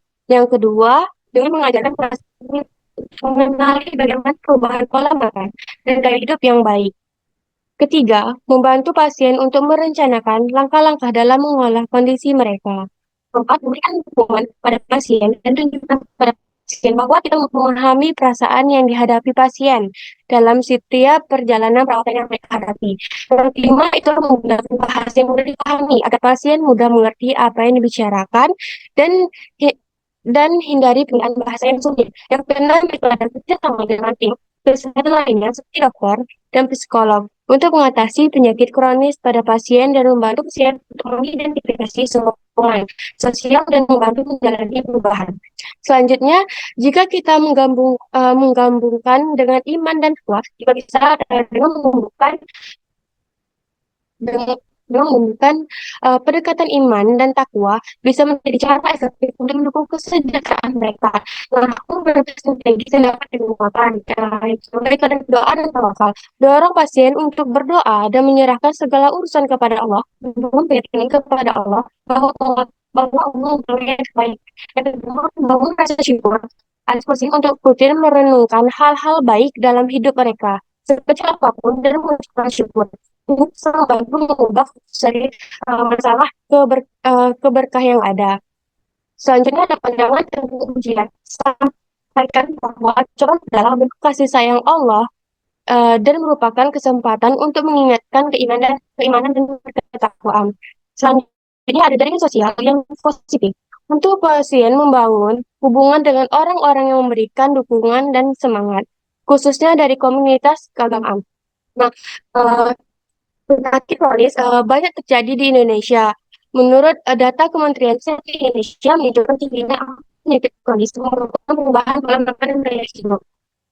Contoh kasus di daerah urban seperti Jakarta, dengan adanya edukasi sebagai ahli gizi, bisa mengurangi makanan cepat saji yang mengkonsumsi sayuran lokal seperti kangkung dan bayam. Selanjutnya di daerah Talas di Jawa Tengah, pada penggunaannya lebih dalam tradisional dan konsumsi makanan yang direbus. Dengan strategi ini dapat membantu pasien dengan penyakit kronis di Indonesia untuk tetap optimis dan motivasi dalam menjalani perubahan pola makan dan gaya hidup mereka. Pendekatan yang menggabungkan nilai iman dan uang dengan solusi praktis yang sesuai dengan konteks lokal, mereka akan memberikan dukungan holistik dan integratif. Nah, dari pernyataan yang telah disampaikan oleh rekan-rekan tim diskusi saya terkait optimis dalam menghadapi tantangan nutrisi pasien, di sini kami mencari sedikit kesimpulan, yaitu bahwa penting untuk menumbuhkan rasa sikap optimis ketika mendapatkan ujian berupa penyakit. Nah, ketika manusia sudah menumbuhkan sikap optimis tersebut, maka kita nggak akan pernah ngerasa putus asa nih, dan selalu berprasangka baik terhadap ujian Allah, bahwa dalam setiap kesulitan itu pasti ada jalan keluar dan kemudahan yang diberikan oleh Allah sesuai dengan firman-Nya, Quran Surah Al-Insyirah ayat 5. Nah, selain itu, sikap optimis itu juga merupakan salah satu tanda bahwa seseorang itu sudah beriman. Dengan menemukan sikap optimis, maka manusia yang sudah tertimpa ujian itu pasti tetap selalu merasa semangat, selalu berikhtiar, berdoa, dan juga tetap melakukan hal-hal positif lainnya. Baik, untuk memperluas pengetahuan rekan-rekan semuanya, di sini kami membuka sesi tanya jawab pada teman-teman yang ada pendapat atau pertanyaan, silakan raise hand. Oke, silakan teman-teman semuanya. Kelompok 4 membuka diskusi ya. Mungkin ada pemecahan masalah yang mungkin teman-teman tidak sepakat, boleh mengklarifikasi atau bertanya kepada kelompok 4 atau mungkin memberikan masukan. Silakan. Baik, sepertinya tidak ada untuk kelompok 4. Boleh ditutup. Baik, jika tidak ada yang ingin bertanya, kami menutup sesi akhir dari diskusi kami. Semoga apa yang telah kami sampaikan dapat bermanfaat kepada rekan-rekan semuanya jika kedepannya kita menjadi ahli gizi. Kami tutup dengan Assalamualaikum warahmatullahi wabarakatuh. Waalaikumsalam warahmatullahi wabarakatuh. Assalamualaikum warahmatullahi wabarakatuh. Baik, terima kasih untuk kelompok 4 ya. Kita kasih aplaus, luar biasa sekali tadi sudah dijawab semua ya. Poin 1, poin 2 dan poin 3 terkait dengan bagaimana Anda bisa membantu pasien tetap optimis, kemudian bagaimana optimisme seorang ahli gizi ya dapat mempengaruhi hasil kesehatan pasien dan strategi-strategi yang dilakukan oleh seorang ahli gizi dalam menumbuhkan sikap optimis dalam diri pasien. Kemudian tadi di kelompok 1 ada yang mau menjawab tadi, ada pertanyaan, apakah sudah siap kelompok 1? Sudah Bapak. Sudah, oke, silahkan Fathia atau Baik, baik, izin Bapak dan rekan semuanya, saya akan menjawab pertanyaan dari Sofi Razlianti yang saya ulang pertanyaannya. Apa yang akan kita katakan kepada pasien yang meragukan efektivitas rencana perawatan kita sebagai ahli gizi ataupun tenaga kesehatan dan mencari solusi alternatif lain seperti mempercayai adanya ramalan? Yang latar belakang pasien tersebut minim akan ilmu agama dan rasa cemas berlebihan terhadap penyakit yang dialaminya atau yang biasa disebut hipokondria. Sebagai tenaga kesehatan, kita dapat melakukan pendekatan kepada pasien tersebut dengan cara mungkin awalnya kita mendekati dengan cara kita tunjukkan rasa empati dan kekhawatiran kita, tunjukkan bahwa kita memahami kekhawatiran pasien dan rasa cemasnya terhadap penyakitnya, dan kita hindari merendahkan atau mengabaikan keyakinan mereka. Menjelaskan jelaskan alasannya. Lalu rencana perawatan Jelaskan secara rinci alasan ilmiah di balik rencana perawatan yang kita rekomendasikan. Kita gunakan bahasa yang mudah dipahami dan kita hindari istilah-istilah yang sulit mereka pahami. Kita dapat menekankan juga kepada mereka manfaat rencana perawatan yang kita rekomendasikan secara gamblang, yang diharapkan dapat mengikuti rencana perawatan dan menyertakan bukti-bukti ilmiah jika memungkinkan. Dan kita juga bisa menjelaskan keterbatasan ramalan. Kita dapat mendiskusikan bahwa ramalan tidak selalu akurat dan dapat menimbulkan kecemasan dan stres yang tidak perlu bagi pasien. Kita juga dapat mementingkan bukti ilmiah bahwa keputusan medis harus didasarkan pada bukti ilmiah yang teruji dan bukan pada ramalan yang tidak memiliki dasar ilmiah. Kita juga dapat memberikan contoh-contoh kegagalan ramalan, di mana ramalan terbukti tidak akurat dan berakibat negatif bagi pasien. Juga kita dapat menekankan pentingnya kolaborasi, yaitu kita dapat menawarkan kolaborasi dengan pemuka agama. Jika pasien memiliki keyakinan agama yang kuat, tawarkan untuk berkolaborasi dengan pemuka agama yang mereka percaya untuk memberikan dukungan spiritual dan membantu mereka memahami peran tawakal dalam proses pemulihan. Juga kita harus mendengarkan pasien dengan seksama, saran dan kekhawatiran pasien, dan pertimbangkan untuk mengintegrasikan solusi alternatif yang aman dan tidak bertentangan dengan rencana perawatan medis. Yang penting, kita melakukan komunikasi terbuka. Tekankan pentingnya komunikasi terbuka dan jujur antara pasien dan tenaga kesehatan. Dorong pasien untuk selalu bertanya dan mengungkapkan keraguannya. Mungkin sekian, Safira Zulianti. Apakah ada sanggahan dan tambahan dari rekan semuanya? Dan masuk dari saya sudah cukup jelas dan penjabarannya juga sudah cukup mudah dipahami. Terima kasih. Sama-sama. Berikutnya diserahkan kepada Bapak.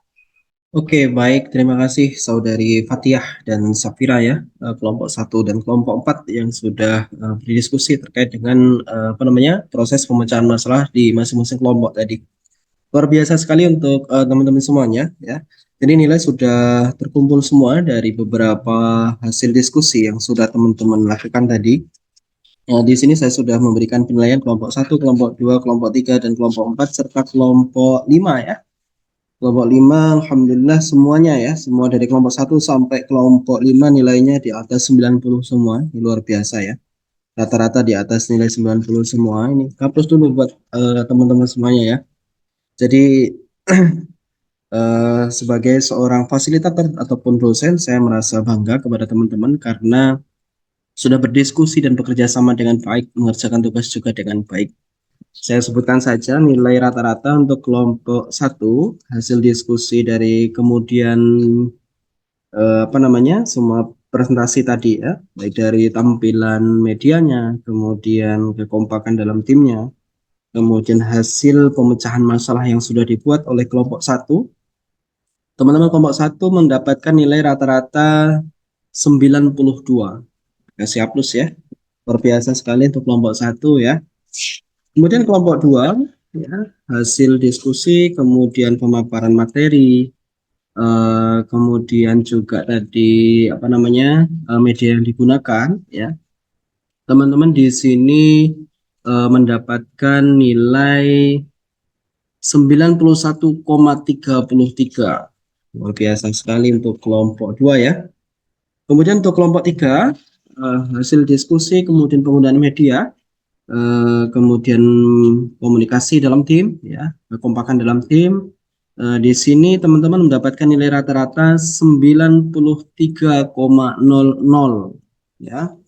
Untuk kelompok 3 luar biasa sekali. Kemudian untuk kelompok 4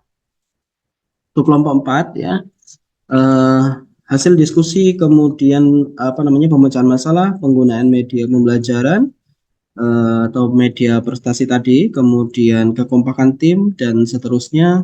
Di sini mendapatkan nilai 93,33 ya, kelompok 4.